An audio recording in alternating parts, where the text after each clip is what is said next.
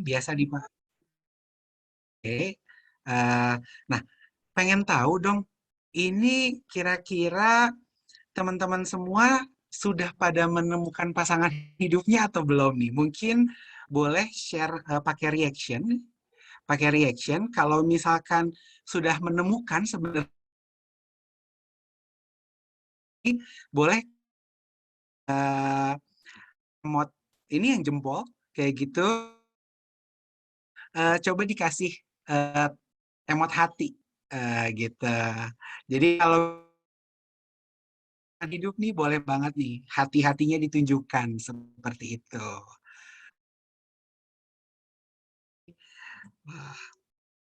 Wah, ini semoga nanti sharing dari Kang Coki ini bisa mengantarkan teman-teman semua untuk segera menemukan pasangan hidupnya seperti itu ya. Wah, ini hatinya bertebaran nih, banyak sekali nih hati-hati yang bertebaran.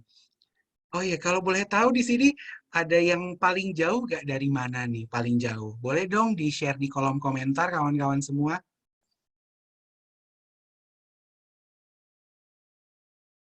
Oke. Oh, ada yang dari Palembang. Wah, ada yang lebih jauh lagi kan nih dari Palembang nih. Wah, ada dari Bima, Nusa Tenggara Barat. Wah, dari Makassar, Cilegon, Jogja. Oh, ini belum menemukan yang satu kota nih. Belum menemukan yang komen satu kota nih. Oke, Surabaya, Jakarta. Wah, oh, Jakarta jauh, kirain Jakarta juga. Oke, ini ada Tangerang, Bekasi, Surabaya. Wah, lumayan banyak juga dari Jakarta dan Surabaya ya kalau aku lihat. Oke. Oh, ini kata kata Holifatul Mur siapa ya? Holifatul Mur. Ya, dari kata Holifatul tergantung jauhnya dari mana. Oke, kalau gitu patokannya dari aku deh. Aku ini dari Bandung nih. Jadi, wah ada yang dari Bandung juga, ada Nur, ada Siti. Oke. Wah, wah, beragam sekali ya gitu. Nah, eh, kawan-kawan semua udah tahu belum? Acara ini tuh hasil kolaborasi dari mana aja? Ada yang tahu nggak? Acara ini tuh hasil kolaborasi dari mana aja? Tadi ada yang raise hand kalau nggak salah. Oke, aku kasih clue sedikit. Jadi acara hari ini, oh ini ada yang jawab? Oke, nah betul. Jadi ini merupakan kolaborasi dari Hubler dan juga Productive School, gitu. Nah, sebelum kita masuk ke pembicara kita, mungkin pengen tahu lebih lanjut gak sih Hubler itu apa, gitu. Nah, mungkin dari Hubler, kalau nggak salah dari Reni ya. Reni, Halo, halo gimana? Kak Kris. Apa kabar, Ren? Mantap, baik banget. Kakak gimana Kak? Alhamdulillah juga baik, Ren. Wah, Mantap, mantap. hari ini kayaknya udah pada banyak yang mempersiapkan hati untuk menemukan pasangan hidupnya nih, Ren. Wow, wow. Kebetulan di Hubler bakal siap banget ngebantu teman-teman semua nih. Mantap. Oke, boleh sedikit share gak sih tentang Hubler itu apa? Mungkin waktu dan tempat aku persilahkan ke Reni kali ya, Ren ya. Oke, boleh, Oke, boleh, boleh. Bentar ya. silakan.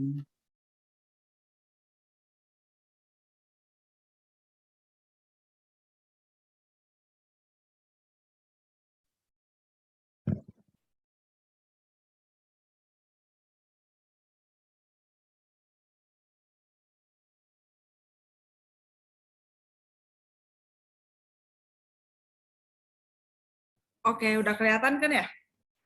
Sudah, Ren, Oke, silakan. jadi ya teman-teman, jadi Hubler, makasih sebelumnya aku mau makasih banget nih buat semua teman-teman yang udah nyempetin waktunya hari siang ini. Jadi kita mau sama-sama berbagi kisah, berbagi seri ilmu gitu ya.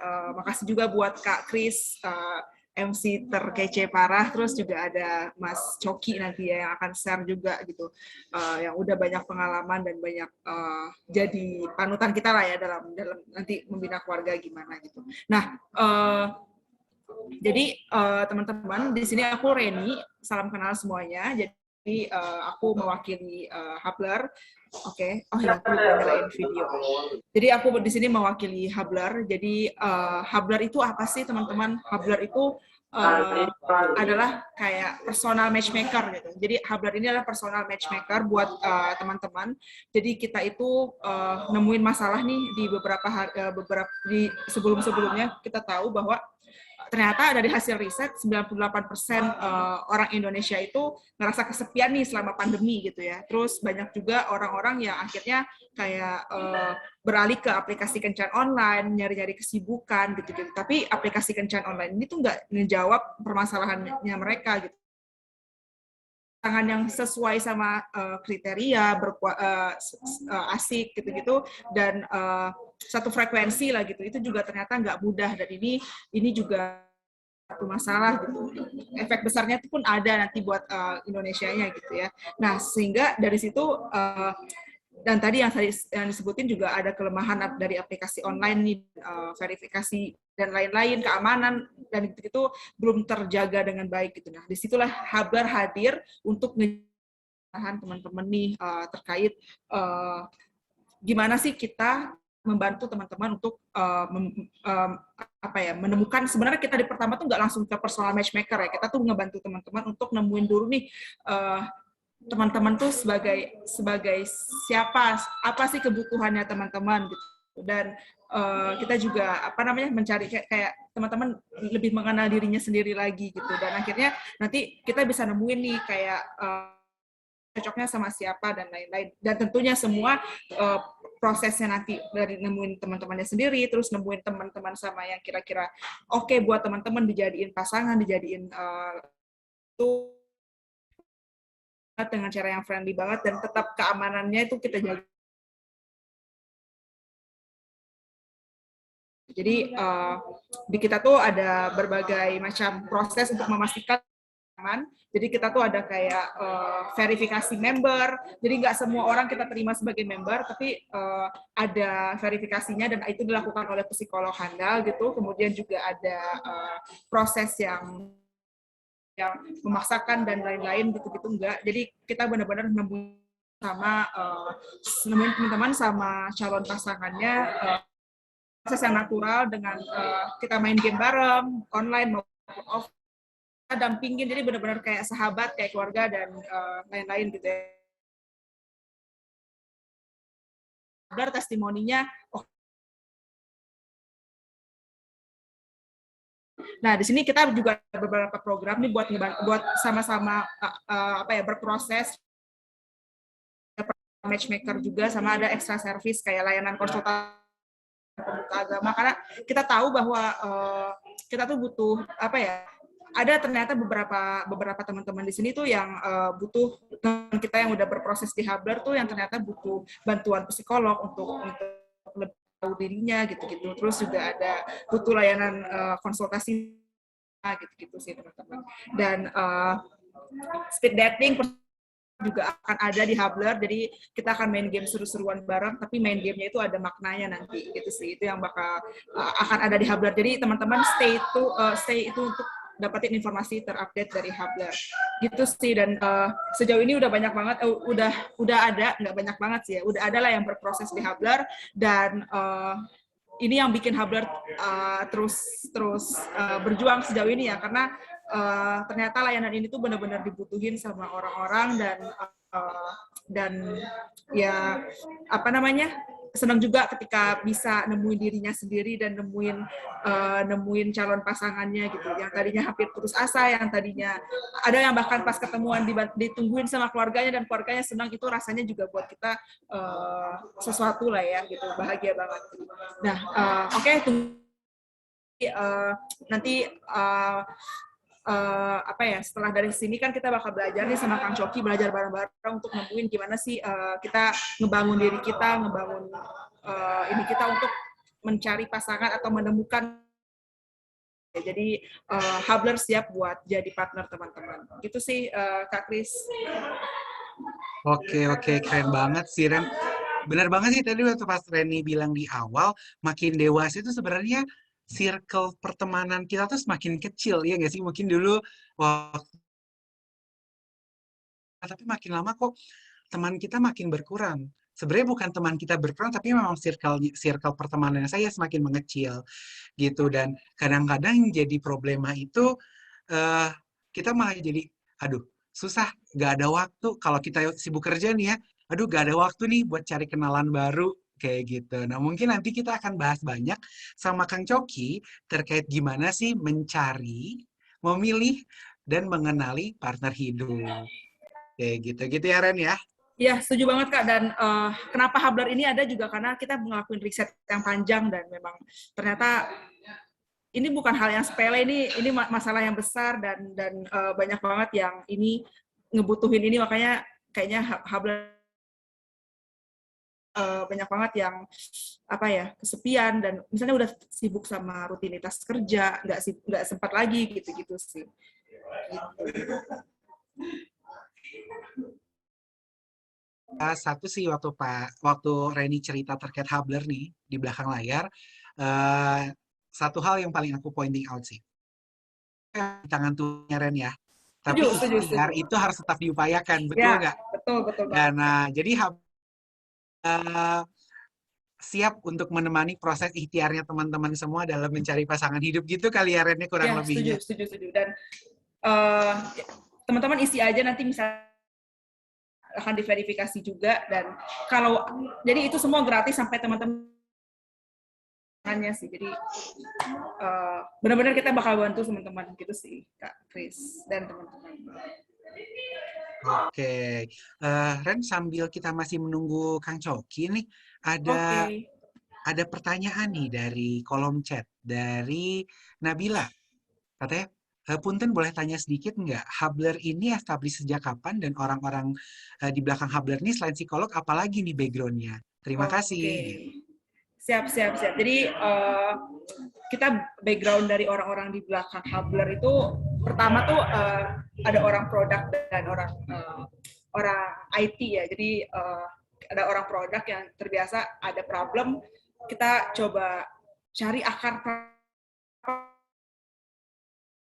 dan lain-lain, ternyata wah ini nih menarik nih, dan ada misalnya yang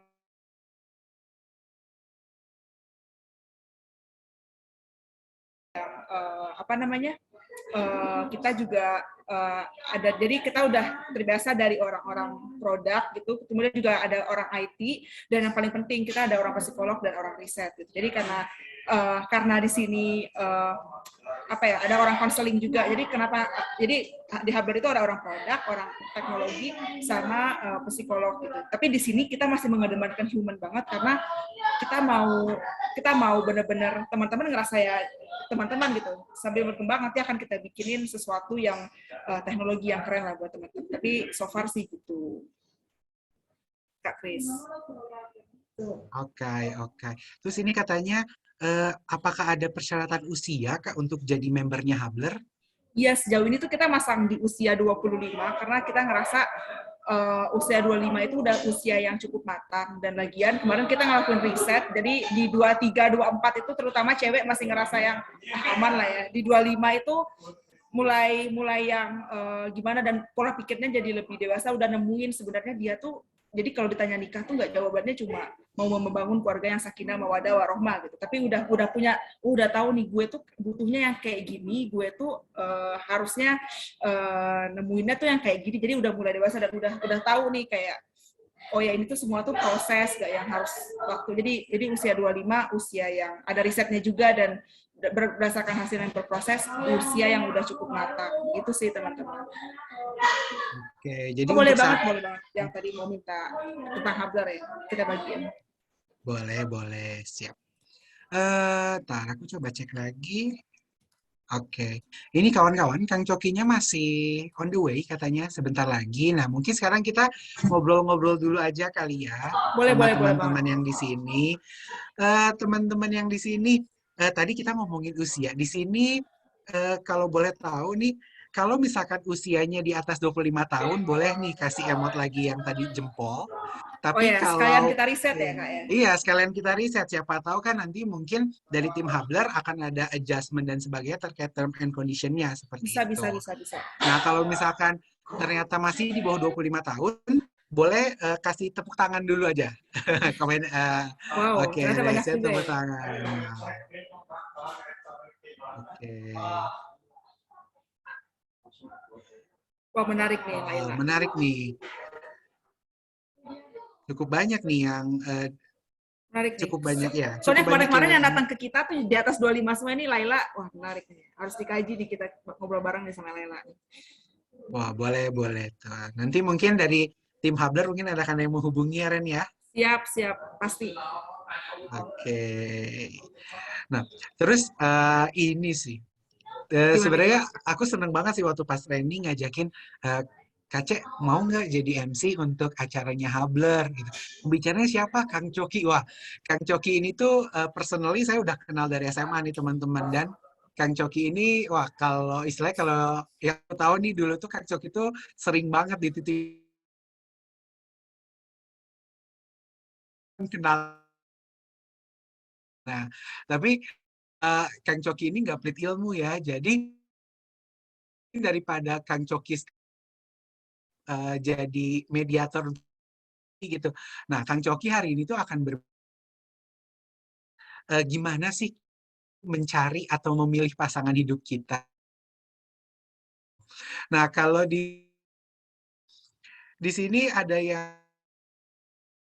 yang mau share nggak? Apa pengen ikutan acara ini? Kalau Setuju, itu menarik, boleh menarik, resen menarik. dong. Open cam juga nggak apa-apa. Kalau misalkan malu, malu. Oke, ada yang mau share nggak? Kenapa sih tertarik ikut acara ini? Terkait tahapan nanti di Hubler dan sebagainya nanti ya. Nah ini mungkin ini Budiman.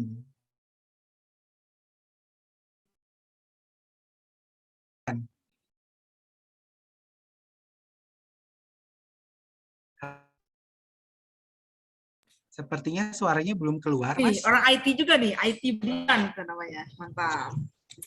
Ya, jelas Nah, suara. sudah terdengar. Boleh dong cerita, Mas, kenapa pengen ikutan acara ini nih? Oh gitu. Saya kemarin pertama karena saat sama Mas Doki itu satu forum ya, ada satu forum di virtual gitu. Jadi ada juga dengan konten beliau gitu. Ya. Terus, Oke, harapannya apa nih? Harapannya ikutan acara ini apa nih, Mas, Mas Budiman? Ya.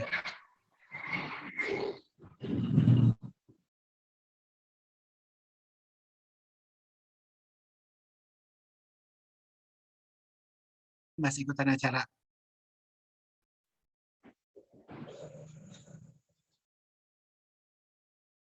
Oke, sepertinya ada kendala ini. Mas Budiman, sorry banget nih suaranya nggak kedengar. Mungkin boleh di kolom chat ya, Mas Budiman ya. Nah ini nih yang kita tunggu-tunggu hari ini sudah hadir. Dari tadi, Assalamualaikum Kang Joki. Waalaikumsalam. Saya kan dari tadi hadir loh, Chris. Oh dari tadi sudah hadir ya Kang Cuman Joki ya. saya nggak ganti nama, masih pakai akun kantor. Oh alah Tidak diperhatikan pantesan memang ya. gitu iya. Maafkan aku. Ini kita jadi tadi keasikan ngobrol terus aku juga ngegibahin Kang Joki Kang. Pan, boleh gitu. Oke, masih banyak gak Kang yang nitip CV Kang? Oh, uh, kalau sekarang masih suka sih. Oh, oke. Kita bahas Nah, banyak, Chris ya. oke. Daripada nitip CV, mungkin sekarang Kang Coki cari dan memilih musik. Sekali. Oke, kalau gitu Kang Coki, waktu udah tepat aku persilahkan Kang. Baik, Chris, thank you banget ya. Oke, teman-teman semua. Jadi ini berjumpa dengan Chris juga bisa ketemu dan ngobrol ini. Jadi selamat siang teman-teman single-single yang sedang ingin menikah ya gitu ya. Ini Vanessa kan on cam tuh ada tuh langsung malu gitu. Kenapa orang tuh? Jadi ini fenomena ya Chris ya, fenomena nih ya. Kalau orang jadi gini malu gitu. Coba langsung begini ya Kang ya. Aduh. Saya pengen nyari pasangan nih. Saya pasti gini, Chris kamu lagi nyari pasangan? Enggak gitu. Jadi enggak, tapi penuh arti ya Kang, sebenarnya pengen ya Kang ya. Kalau orang Sunda kan gini ya, enggak kok enggak tapi mau. Enggak, tapi mau betul Kang, betul. Enggak tapi jadi nanti kita belajar juga ya. Karena ternyata gini teman-teman. Eh, sebetulnya topik hari ini bicara tentang cari pasangan tuh bukan bicara tentang cinta-cintaan unyu-unyuan, FTV, drakor seperti Goblin, nggak kayak gitu sebetulnya. Karena buat saya pribadi ya dalam hidup gitu, fase pranikah itu fase yang mampu mengubah diri saya tuh menjadi lebih apa ya, banyak belajar lah begitu ya. Benar, oh ternyata hidup tuh kayak begini gitu. Itu banyak fasenya dan nanti kita banyak belajar sebetulnya di dalam fase pranikah. Nah salah satunya memang bicara tentang mencari pasangan ini. Saya izin share screen ya, teman-teman. Kang, mangga. Ya, baik. Sambil saya ini share screen, teman-teman nanti silakan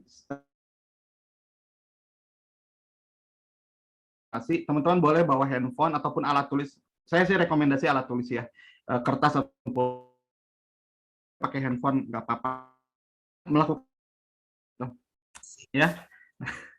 Boleh ya tuh teman-teman disiapin alat tulisnya. Momot juga nanti disuruh ya gitu. Waduh, Momot juga disuruh. Waduh.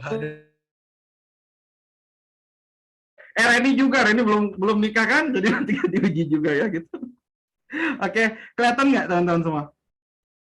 Sudah Kang. Oke, baik. Ya, jadi hari ini, siang ini kita akan bahas lah, ngobrolin mencari, memilih, dan mengenali partner hidup ya gitu. Sambil kita jalan, teman-teman semuanya, siang ini ya, kita konsepnya nyantai aja, kayak ngobrol. Jadi, teman-teman kalau ada yang mau komen di tengah-tengah ya, nanya langsung, boleh aja silakan gitu ya, gak harus nunggu kayak kelas, kita nggak gitu. Libur, masa kita libur gayanya kuliahan ya, kita sudah beratlah hidup kita ya, udah ngantor Senin sampai Jumat. Jadi ini mah bentuknya kita ngobrol aja. Saya juga share pengalaman aja sebetulnya gitu ya. Nah, sebelum mulai mungkin saya nggak tahu tadi udah dimulai sama doa belum ya, Bu Reni dan Pak Kris? Oh iya, belum Kang. Boleh Kang.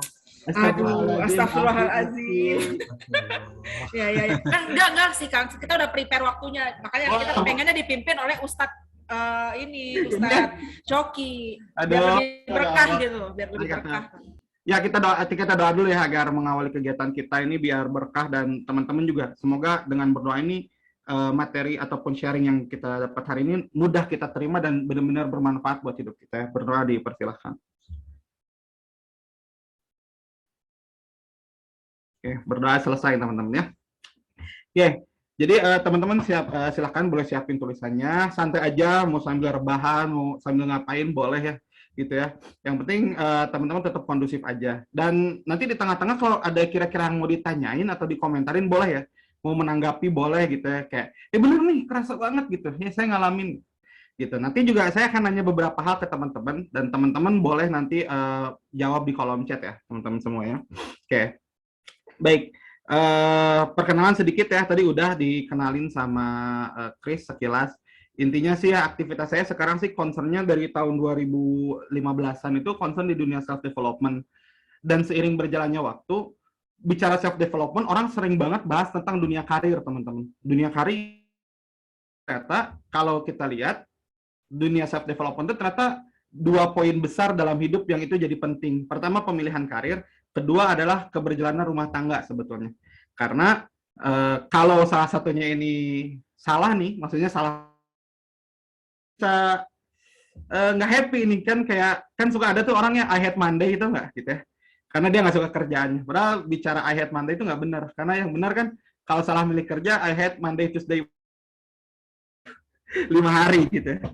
Apalagi kalau kerjanya sampai weekend dan gajinya biasa saja.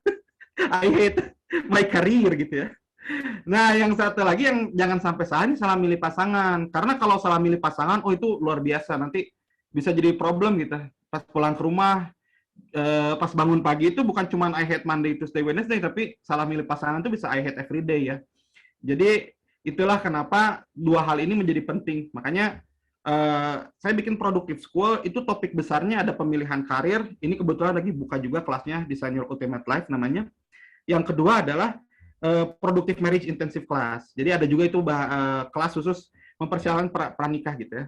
Yang pasti ya ini mah kelas pranikahnya bukan kelas pranikah unyu-unyu FTV romansa, enggak lah gitu ya. Tapi kita bahas tentang persiapan teknisnya seperti apa. Nah, hari ini topik yang kita bahas itu salah satu topik yang dibahas di kelas itu, yang mana juga ini kolaborasi Hablar salah satu apps atau platform yang menurut saya ini sinkron lah dengan value yang saya pegang tentang persiapan pernikahan gitu. Itulah kurang lebih ya, begitu. Baik, saya mau cek dulu teman sudah siap untuk belajar, ya siap gitu. Nah, kita mau lihat ini apakah ini 200 orang ini bot ya, bot. Kan kalau kita Chris ya, kalau kita follower Instagram kan suka beli-beli gitu ya. Coba kalau peserta Zoom Enggak sih, kayaknya Kang. Aku belum ya. pernah beli follower, Kang. Belum ada pengalaman, Kang. Ini, wah, siap tuh. Oh, ada yang setengah bot katanya, Kang. Ramai ya. Oke, thank you ya gitu. Oke. Nah, sebelum lanjut saya siap ya. Nah, sebelum lanjut saya mau nanya dulu ke teman-teman deh. Sekarang kondisinya teman-teman ini saya ingin tahu nih, udah punya calon atau belum punya calon, atau sebenarnya juga ini lagi pingin bangun niat nikah aja gitu sebetulnya. Coba sharing dong, sekarang udah punya pasangan atau belum, atau sekarang tuh lagi punya gebetan, gimana coba ya? Belum. Sampai ada yang di-unmute ya dengan sepenuh hati itu.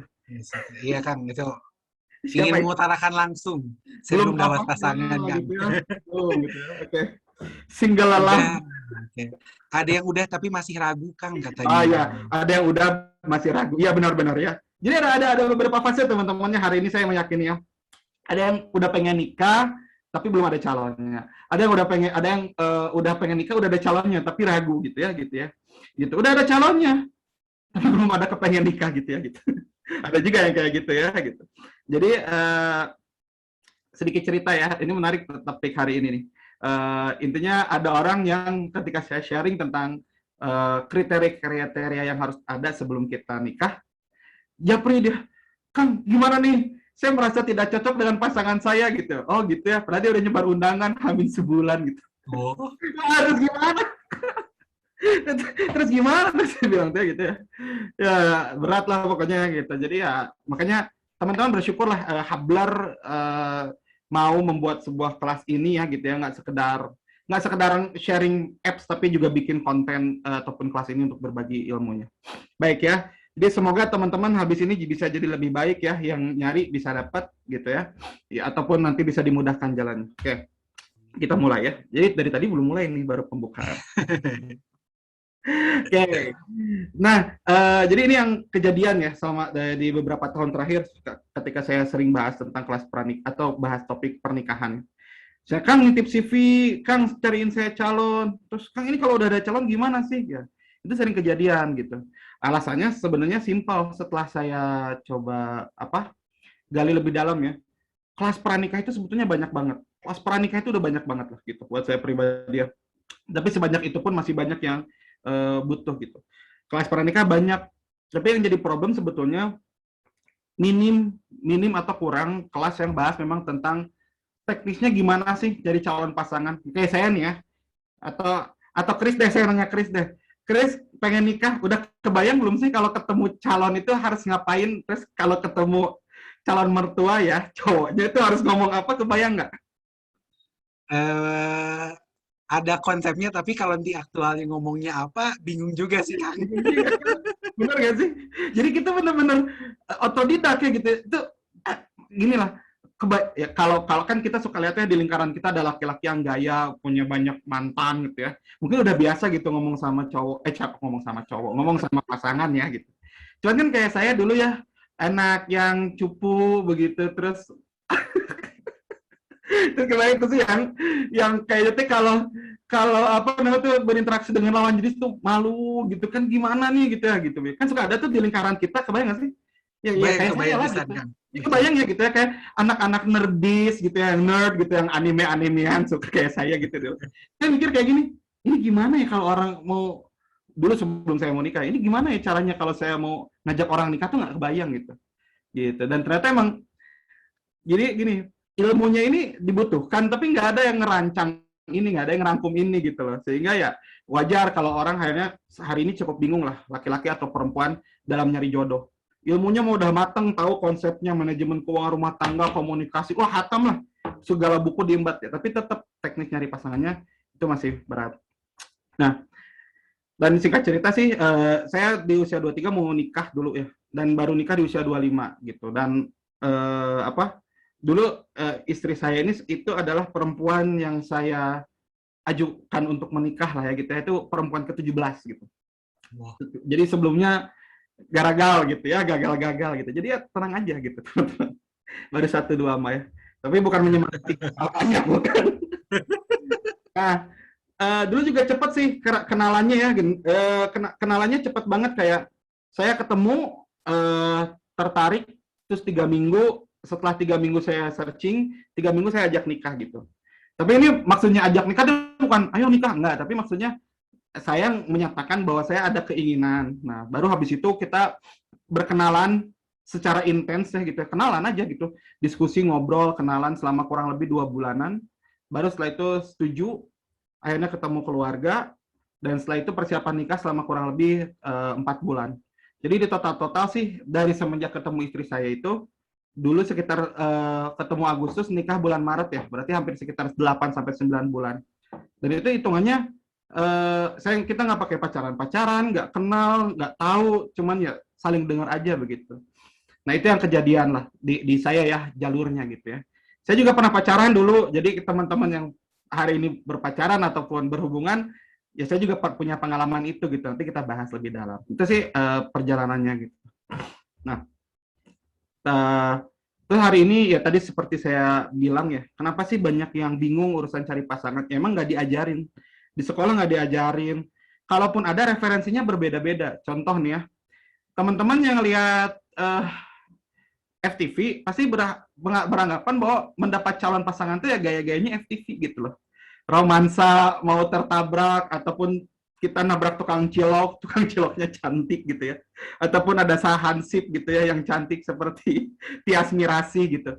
Jadi itu tergantung referensi kita. Maksudnya adalah kita kan nggak ada referensi realnya apa nih gitu. Kita nonton film dan kita beranggapan bahwa cara nyari pasangan tuh kayak begitu. Ada romantisme gitu ya, kisah-kisah bumbu-bumbu, ada konflik kecil dan lain-lain. Jadi itu ya itu referensinya scene-scene sinetron tuh gitu ya. Nah, yang kadang orang nggak ngeh gitu ya, kalau di dunia perfilman ya, memang kisah menuju percintaan itu romantis gitu. Tapi di dunia perfilman tuh kisah-kisah rumah tangga itu sangat tragis gitu ya. Coba lihat kan kisah-kisah yang diangkat di TV kan atau di filmnya, pasti pernikahan berantakan semua gitu. Jadi saya mikirnya, oh kalau caranya kayak begitu mungkin hasilnya begitu juga gitu. Aduh. Tapi dipikir iya juga ya kan. Di film ya. Kita kalau di film drakor endingnya indah kan ya, gitu kan, happy ever after gitu. Ya cuman realitanya nggak kayak gitu. Di sana saya ngebayangin ya, saya anak yang nerd, malu ketemu lawan jenis, ini gimana bisa ada adegan nuansa romantis kayak drakor ini, kayak gimana gitu ya, ganteng enggak gitu ya gitu. Jadi itu sekedar sharing ya gitu. Ya jadi emang nggak ada, dan referensinya beda-beda. Nah, maka akhirnya saya coba waktu itu banyak ngobrol teman-teman gimana caranya, dan memang buat saya itu sesuatu yang baru ya, caranya macam-macam. Jadi ini yang salah satu yang ekstrim adalah kayak teman saya itu tiba-tiba tertarik karena jadi satu panitia, lalu habis itu dia datang ke si ceweknya itu, ke keluarganya gitu. Terus si ceweknya bilang, si cowoknya teman saya bilang, nama saya ini, sekarang saya gini, aktivitas saya gini, saya punya bisnis ini, kerja di sini dan lain-lain. Saya tertarik sama anak bapak, mau nggak kalau nikah sama saya anaknya gitu. Anaknya udah punya pacar ya gitu. Akhirnya diputusin pacarnya. Karena orang tuanya, ini aja realistis gitu. Ini realistis. Gitu. Nah, jadi kita nggak bisa nebak sih cara gimana akhirnya orang tua akhirnya menikah itu gitu. Nah, maka dari saya ngobrol sama teman-teman semua, sama orang-orang, saya coba pelajari juga dengan berbagai metode gitu ya. Akhirnya saya rangkum dalam sebuah materi ya, dalam sebuah materi dan ternyata ada beberapa tahapan. Nah, ini kurang lebih teman-teman tahapannya gitu ya. Nah, di kolom chat ada yang nanya nih, nanti di-share nggak materinya? Silakan nanti bisa di-share ya gitu. Jadi tahapan dalam mencari pasangan itu ada 8 alurnya. Yang pertama, ini saya bahas nanti dalam, tapi ini singkatnya aja. Ada yang namanya mengubah mindset, nentuin kriteria, cari calon, ngajak nikah, mengenali calon, menentukan pilihan, nyiapin teknis, dan tentunya akad nikahnya. Jadi alurnya begitu teman-teman ya, gitu. Nah, kita bahas satu persatu ya, teman-teman semua ya, gitu. Nah, ketika teman-teman hari ini kan mau pengen pada nikah ya, gitu. Kan pengen pada nikah nih, kok misalnya apa namanya itu mengubah mindset dulu yang pertama, pola pikir. Ada beberapa mindset yang salah terkait mencari pasangan sebetulnya. Ini populer. Yang pertama adalah mencari calon pasangan itu aibnya. Jadi kayak tadi saya cerita di awal ya, nanya siapa yang lagi nyari calon, suka malu-malu gitu ya gitu. Coba sekarang ada nggak yang ngerasa malu kalau ditanya, kamu lagi nyari calonnya gitu? Ada nggak yang ngerasa malu gitu? Nah, jadi kadang-kadang kita malu karena ngerasa kita itu kalau nyari calon kita nggak laku gitu ya. Awal-awal sih. Nanti biasanya kalau udah ending-ending udah pasrah kayak, ya emang saya nyari calon. Siapa aja deh gitu ya gitu. gitu ya. Gitu. Kalau jadi ya betul, yang benar adalah harusnya nggak usah malu karena gini, kita ini kan emang ini sebuah fase ya gitu, fase hidup lah menikah itu. Jadi nggak harus malu karena yang namanya nyari pasangan, ya itu memang sesuatu yang akan terjadi gitu. Dan kalau bisa, ketika akhirnya orang itu nanya ya, lagi nyari, ya bener nyari. Nah, kasih tahu sekaligus kriterianya. Kalau bisa minta cariin gitu. Kamu kalau ada yang kayak gini-gini, minta dong gitu. Kenalin dong gitu. Atau kasih tahu dong. Itu yang saya lakukan juga ya dulu ya gitu. Soalnya emang itu sangat membantu gitu. Apalagi ketika misalnya, ini ada nih saudara saya gitu, atau kenalannya ini hanya teman aku nih gitu, dikenalin, kita nggak pernah tahu ya gitu, dan membuat saya itu hal yang cukup baik lah gitu. Lalu yang kedua adalah, jadi yang pertama ya jangan sampai ngerasa minder lah kalau lagi nyari gitu. Sama kayak ini sih memang kayak apa ya, orang itu suka minder kalau merasa dia dianggap nggak laku misalnya. Kalau di bisnis tuh dianggap nggak laku atau nggak berhasil dagang juga kan dianggap malu ya. Jadi suka pura-pura berhasil gitu. Kalau gagal itu, padahal mah gagal. Nah, ini bukan kegagalan, itu proses ya gitu ya. Gitu. Nah, terus yang kedua, nah ini ada konsep yang cukup populer, laki-laki menjemput, wanita menunggu. Nah, jadi kayak gini, ya aku kan perempuan menunggu aja gitu. Ya nanti kalau belum ada yang datang ya laki-lakinya berarti nggak ada yang datang gitu. Nah, konsep ini sebetulnya saya coba searching ya gitu ya, terutama di Islam tuh ada nggak sih kayak gini konsepnya? Ternyata yang nggak ada memang begitu. Bahkan dalam 2 cerita sejarah dulu di Islam itu ada ya gitu ya, perempuan yang memang datang, justru perempuan yang ngajuin, saya tertarik untuk nikah dengan laki-laki gitu ya. Jadi perempuan yang ngajuin nggak apa-apa kalau memang pengen gitu. Jadi maksudnya perempuan itu nggak pasif begitu. Jadi nggak, istilahnya apa, nggak pasif. Nah itu yang saya nggak tahu itu dari mana. Dugaan saya adalah gini sebetulnya. Kita ini sebetulnya terinspirasi dari cerita-cerita putri di istana ya, di kastil ya gitu ya. Jadi putri punya masalah, dia menanti penyelamat hidupnya gitu kan. Nah, akhirnya Bang, izin nanya boleh? Di kolom chat ya, silakan ditanya di kolom chat dulu ya gitu. Sudah. Boleh ya, silakan. Nah, jadi nanti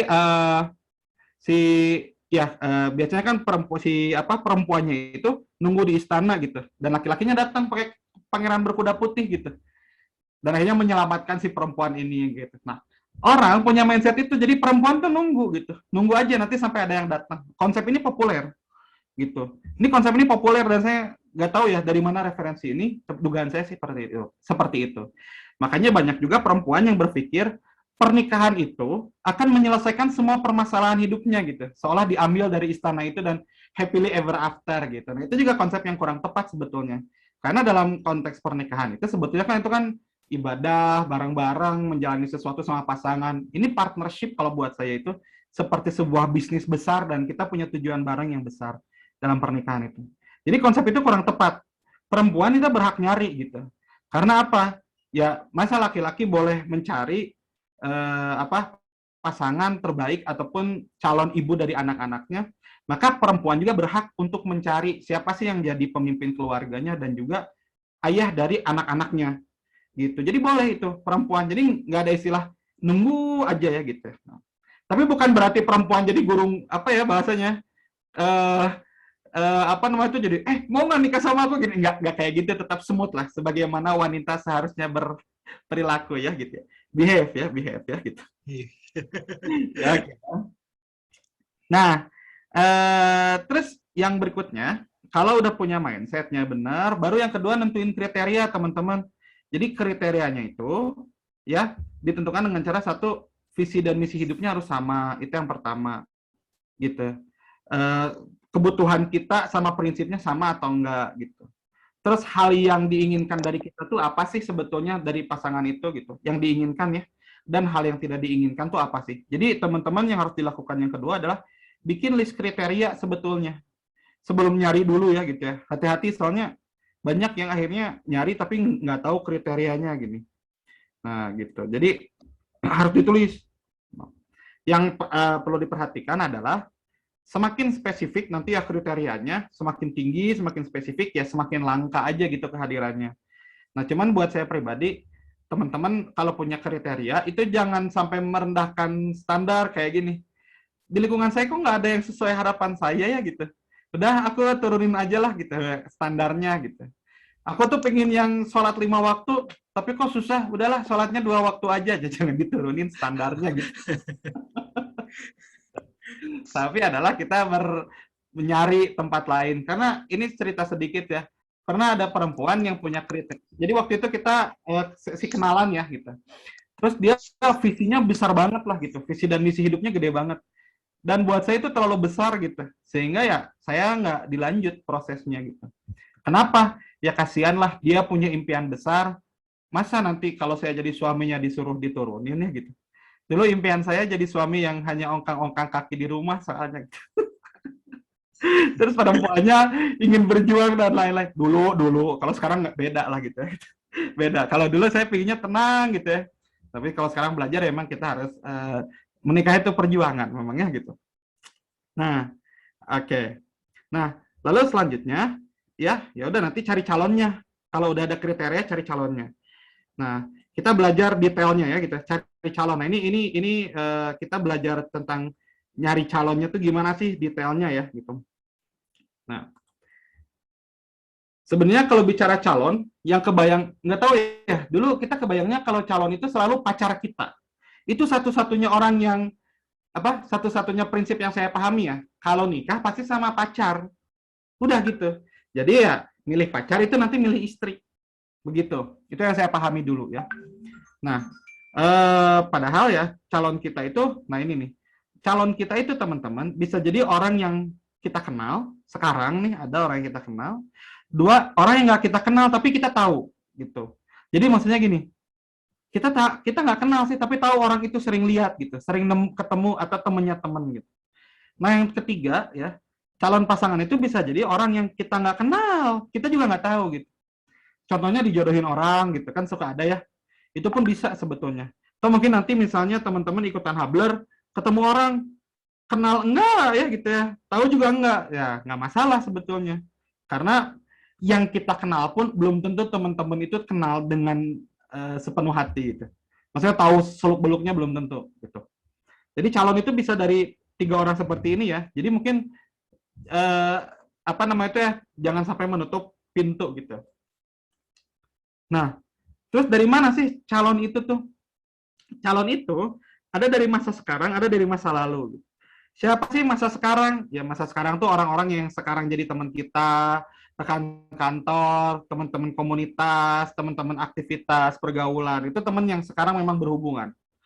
Nah, kalau masa lalu, itu adalah orang-orang yang mungkin ada di masa lalu kita, yang bisa teman, sekolah dulu, teman SMA, SMP, playgroup misalnya gitu. Ya kita dulu tahu gitu, cuma nggak pernah kontak lagi, itu bisa gitu, ya gitu ya. Nah, kalau komentarnya Chris, yang calon yang ideal itu jelas bukan suami atau istri orang, ya bener ya itu jelas gitu. Ya jangan, atau bahaya ya gitu. Itu mah ya. Nah, jadi ya intinya calon itu bisa dari masa sekarang, dari masa lalu, teman-teman. Makanya kalau teman-teman punya buku buklet ya, SMP, SMA, kalau lagi nyari calon itu dibuka lagi aja. Siapa tahu mungkin, "Oh, dulu saya pernah nih sama ini interaksi ya, gimana sih sekarang gitu, tertarik." Itu nggak masalah gitu ya. Nah, lalu berikutnya,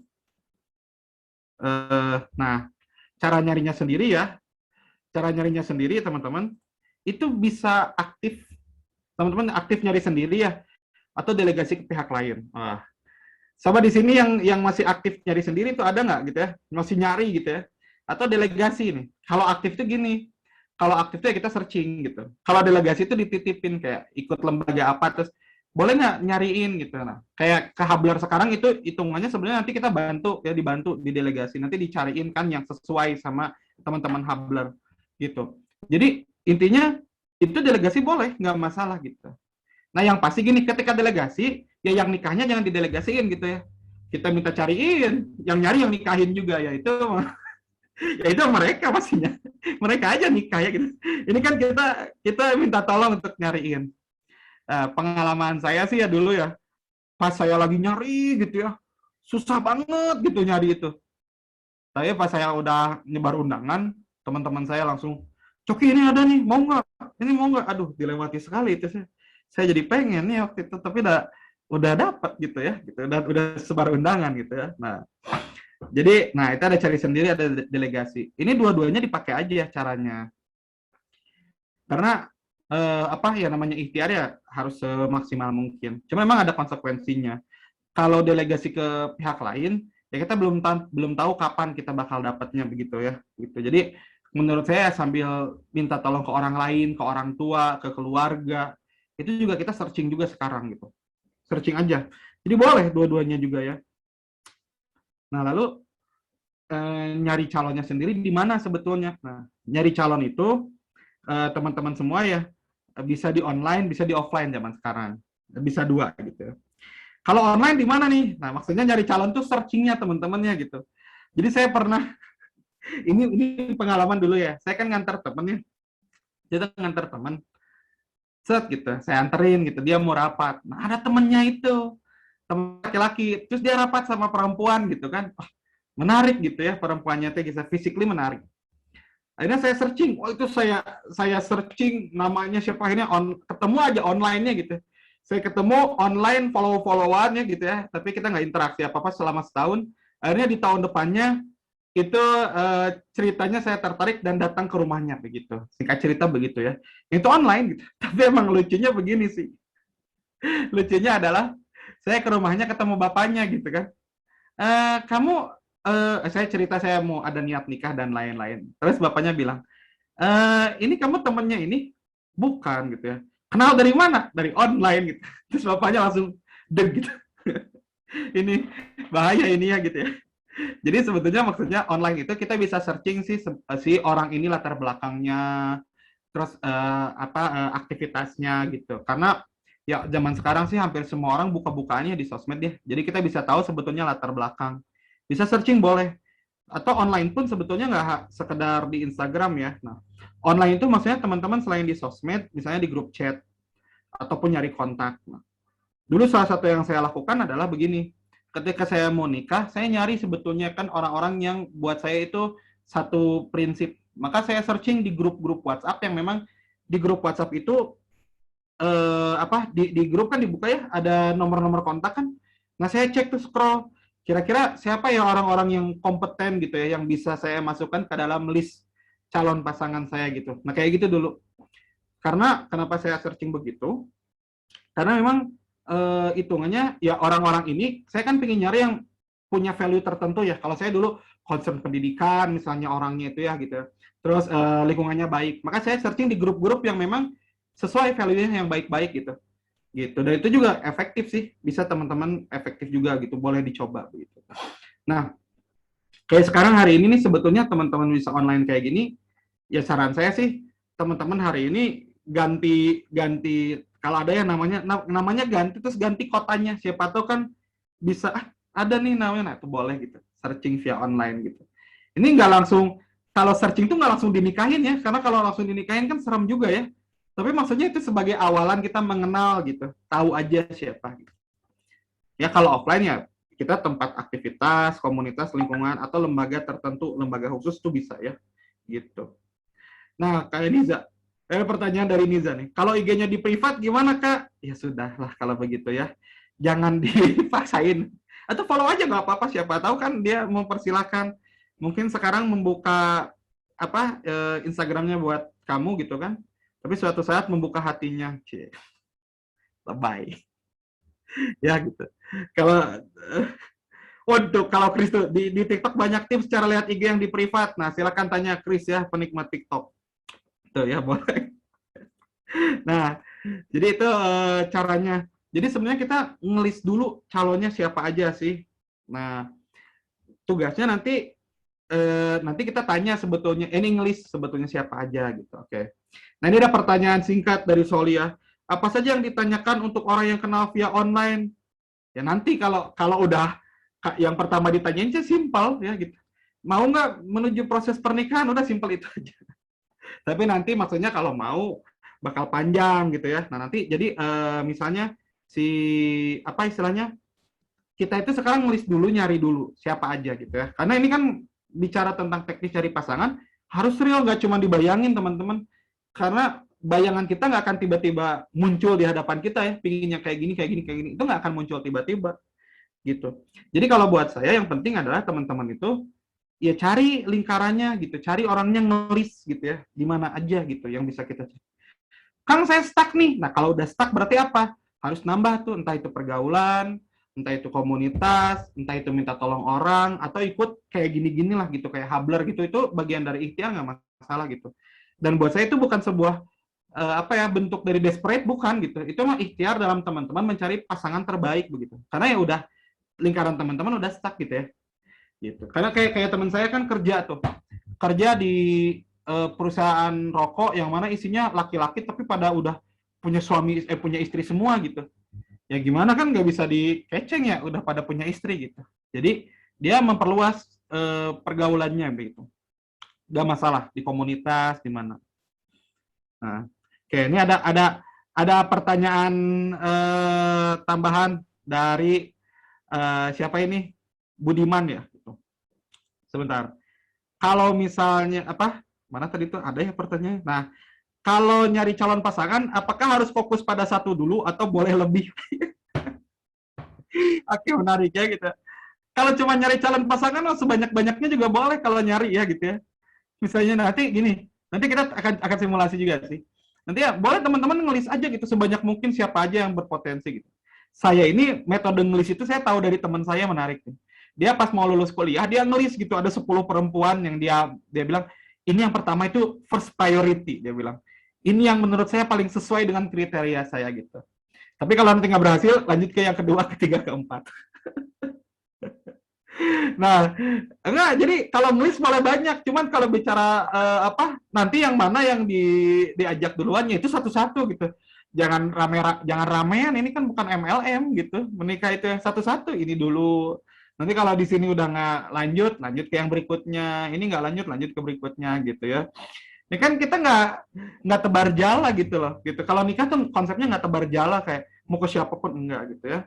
Jadi kita emang one on one gitu, satu-satu. Saya punya, pas saya nulis kan ada 17 list ya, sampai saat itu dulu ya, sampai terakhir nikah ya. Jadi satu-satu, yang satu dulu, ini beres nggak? Ini nggak, ternyata nggak bisa, lanjut ke nomor 2 gitu. Ya, karena gini, kalau dibarengin semua ya, gimana kalau keterima semuanya gitu? Wah, itu kan bingung nentuinnya. Masih mending lah diterima semua mah. Gimana kalau ditolak semua? Itu kan stres ya, luar biasa. Jadi satu-satu aja. Teman-teman juga nanti belajar lah kalau satu-satu tuh ya. Kita juga jadi tahu, bisa evaluasi diri kalau misalnya nggak lanjut. Kalau lanjut pun kita bisa jadi perlu disyukuri karena akhirnya yang lain nggak usah dipikirin lagi gitu. Gitu. Prinsipnya nggak sama kayak lamar kerja. Ya iya benar, jelas ya gitu. Gitu, nggak sama gitu. One on one, step by step aja. Nah, kalau tadi udah ada nih list calonnya, kalau gini ya, kalau teman-teman udah ada list, udah ready, udah siap untuk nikah, literally bener-bener siap untuk ibaratnya ngajak orang terus orang tuh mau nikah ya, ready nih. Baru teman-teman ngajak nikah. Nah, ini momen penuh ketegangan gitu. Nah, ngajak nikah itu teman-teman ya, bukan berarti literally ya, bukan berarti literally nikah yuk, nggak langsung gitu. Tapi maksudnya tuh ngajak ke fase yang serius. Saya ada ketertarikan nih, dan saya emang lagi nyari, dan saya merasa ada ketertarikan sama kamu misalnya. Kira-kira mau nggak untuk kalau misalnya saya ajak untuk berkenalan lebih dekat untuk nanti menikah gitu, itu boleh. Nah, jadi itu memang boleh gitu. Nah, tadi ada pertanyaan, kalau perempuan gimana? Nanti kita bahas, nih ada teknisnya ya. Nah, yang pasti gini nih, ini prinsip pertama. Ketika teman-teman ngajak nikah itu ya gitu, jangan sampai teman-teman baper sebetulnya. Karena ada orang yang hari ini gini nyangkanya, kalau saya ngajak nikah orang, itu berarti bakal jadi gitu. Bakal jadi, bakal berhasil. Jadi udah baper duluan, udah takut, malu gitu.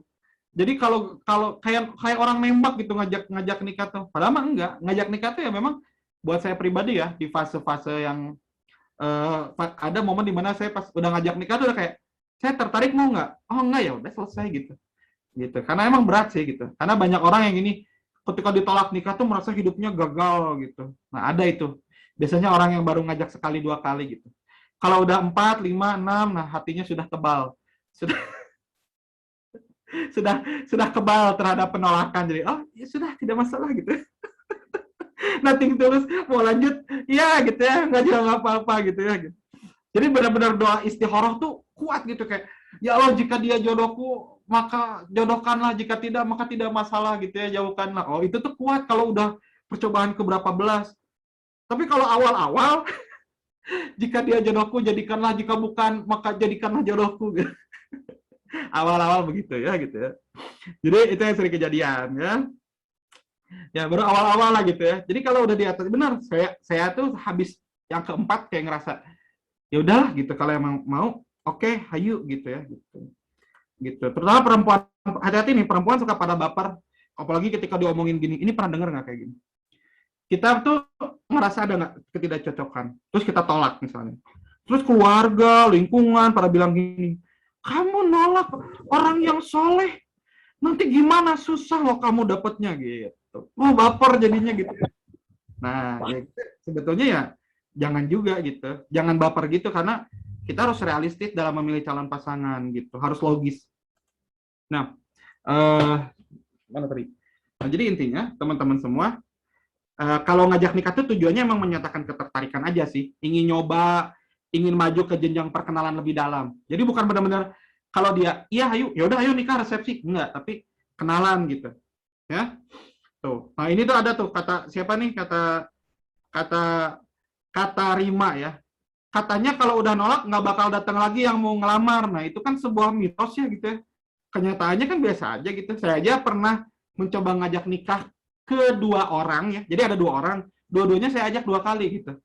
Yang pertama ditolak tuh saya coba lagi di beberapa bulan berikutnya. Jadi menurut saya sih istilah kayak itu mitos lah gitu. Nggak benar-benar terjadi sih. Gitu ya. Nah ini nih cara nyampeinnya. Tadi kan banyak pertanyaannya. Gimana nih kalau saya laki-laki? Kalau perempuan ngajak laki-laki.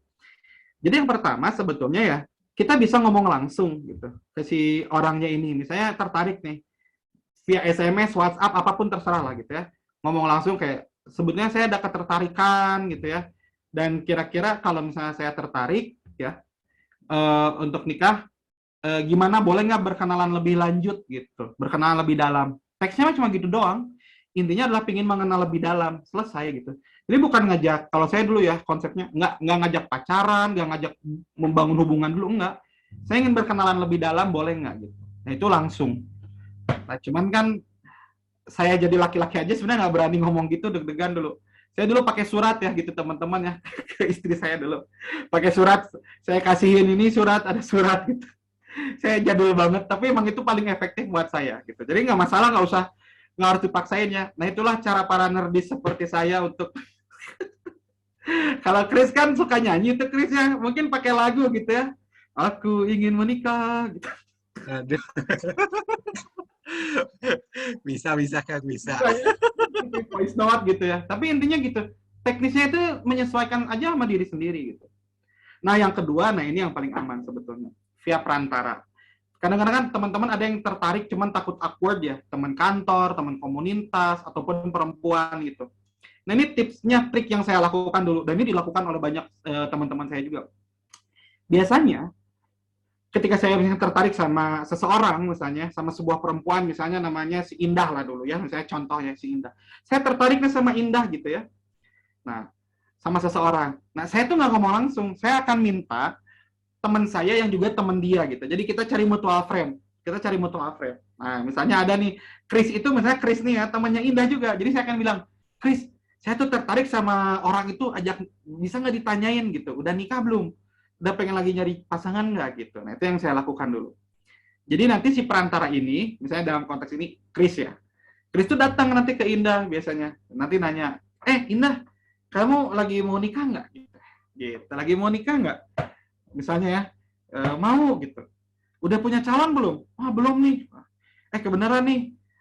Karena kebetulan kemarin ada temen aku curhat mau nikah lagi nyari calon gitu. Kalau dikenalin sama Coki mau nggak? Nah, jadi kan konsepnya tuh seolah kayak bukan Coki yang minta. Kayak iseng aja ini Chris mau jodohin orang gitu. Nah, orang yang jadi perantara biasanya udah tahu tekniknya kayak gitu.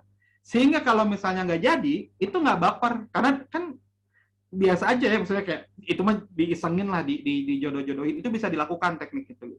Termasuk perempuan ke laki-laki juga bisa gitu.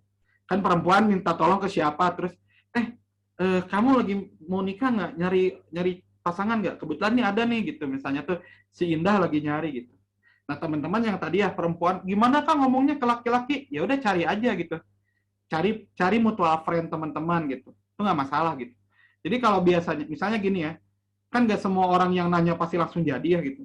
Kadang-kadang saya juga sering ya minta tolong ditanyain, terus saya nanya gitu, lagi mau nikah nggak? Terus orangnya bilang nggak mau, ya udah. Kalau orang itu nggak mau nikah, ya nggak dipaksain untuk sayang banget nih ini orang pengen, ya nggak gitu. Karena bagi saya ya, orang itu saya support dorong nikah kalau emang udah mau nikah. Karena nikah itu bukan hal yang bisa apa ya, hanya bisa dijalankan dengan semangat gitu, nggak bisa gitu, memang harus persiapan.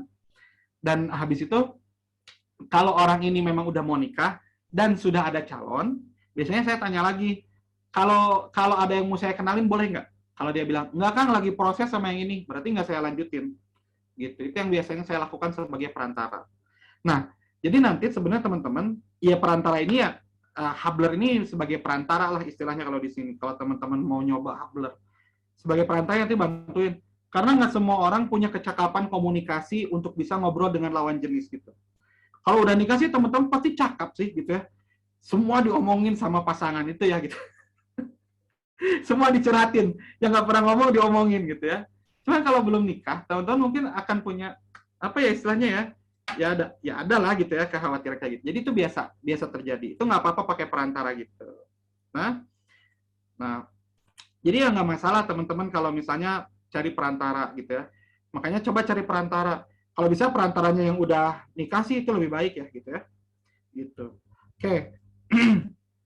Nanti kalau misalnya udah lanjut ya teman-teman. Nah, silakan mungkin kita coba jawab dulu 1-2 pertanyaan. Boleh Chris, silakan kalau ada yang mau ditanyakan. Boleh Kang, boleh. Ini mungkin satu aku akan cari dari kolom chat, satu lagi teman-teman boleh raise hand ya buat langsung tanya ke Kang Coki. Nah, ini tadi ada pertanyaan dari ini nih. Oke, ini aku ambil yang paling fresh dulu deh ya. Boleh. Ini soalnya di aku chatnya tadi sempat hilang gitu. Ini aku dari Rere nih Kang. Gimana Cana? Kang izin bertanya, bagaimana solusinya kalau pihak wanita saat ini sedang menjalani studi lanjut Kang dan sudah bekerja. Setiap ingin menitipkan CV kepada orang yang dirasa bisa menjadi perantara, seringnya mereka menolak karena mereka dibilang wanitanya susah dicariin yang sepadan. Gitu. Jadi dia susah cari yang sepadan. Padahal belum dicek tuh di CV kriteria wanita itu tidak memasukkan kriteria pendidikannya harus sama. Dan bagaimana konsep sekufu itu? Baik. Apakah tingkat pendidikan itu juga termasuk? Oke, baik. Terima kasih ya. Terima kasih Rere atas pertanyaannya. Kalau buat saya, kalau misalnya setiap ngasih ke perantara langsung disuruh ganti ya, menurut saya ganti perantaranya aja, simpel sih. Karena maksudnya ya seharusnya kalau jadi perantara kan diperdalam dulu ya gitu ya. Terus yang kedua bicara tentang kesekufuan ya gitu ya. Jadi sebetulnya sekufu itu teman-teman nggak berarti artinya sama dalam segala hal gitu. Jadi kalau saya dengan pasangan, kita sama calon pasangan, pasti harus ada hal-hal yang sama. Karena kalau nggak sama ini bisa jadi problem. Ya. Jadi harus ada hal-hal yang sama gitu. Dan kalau tidak sama itu jadi problem. Contoh ya begini.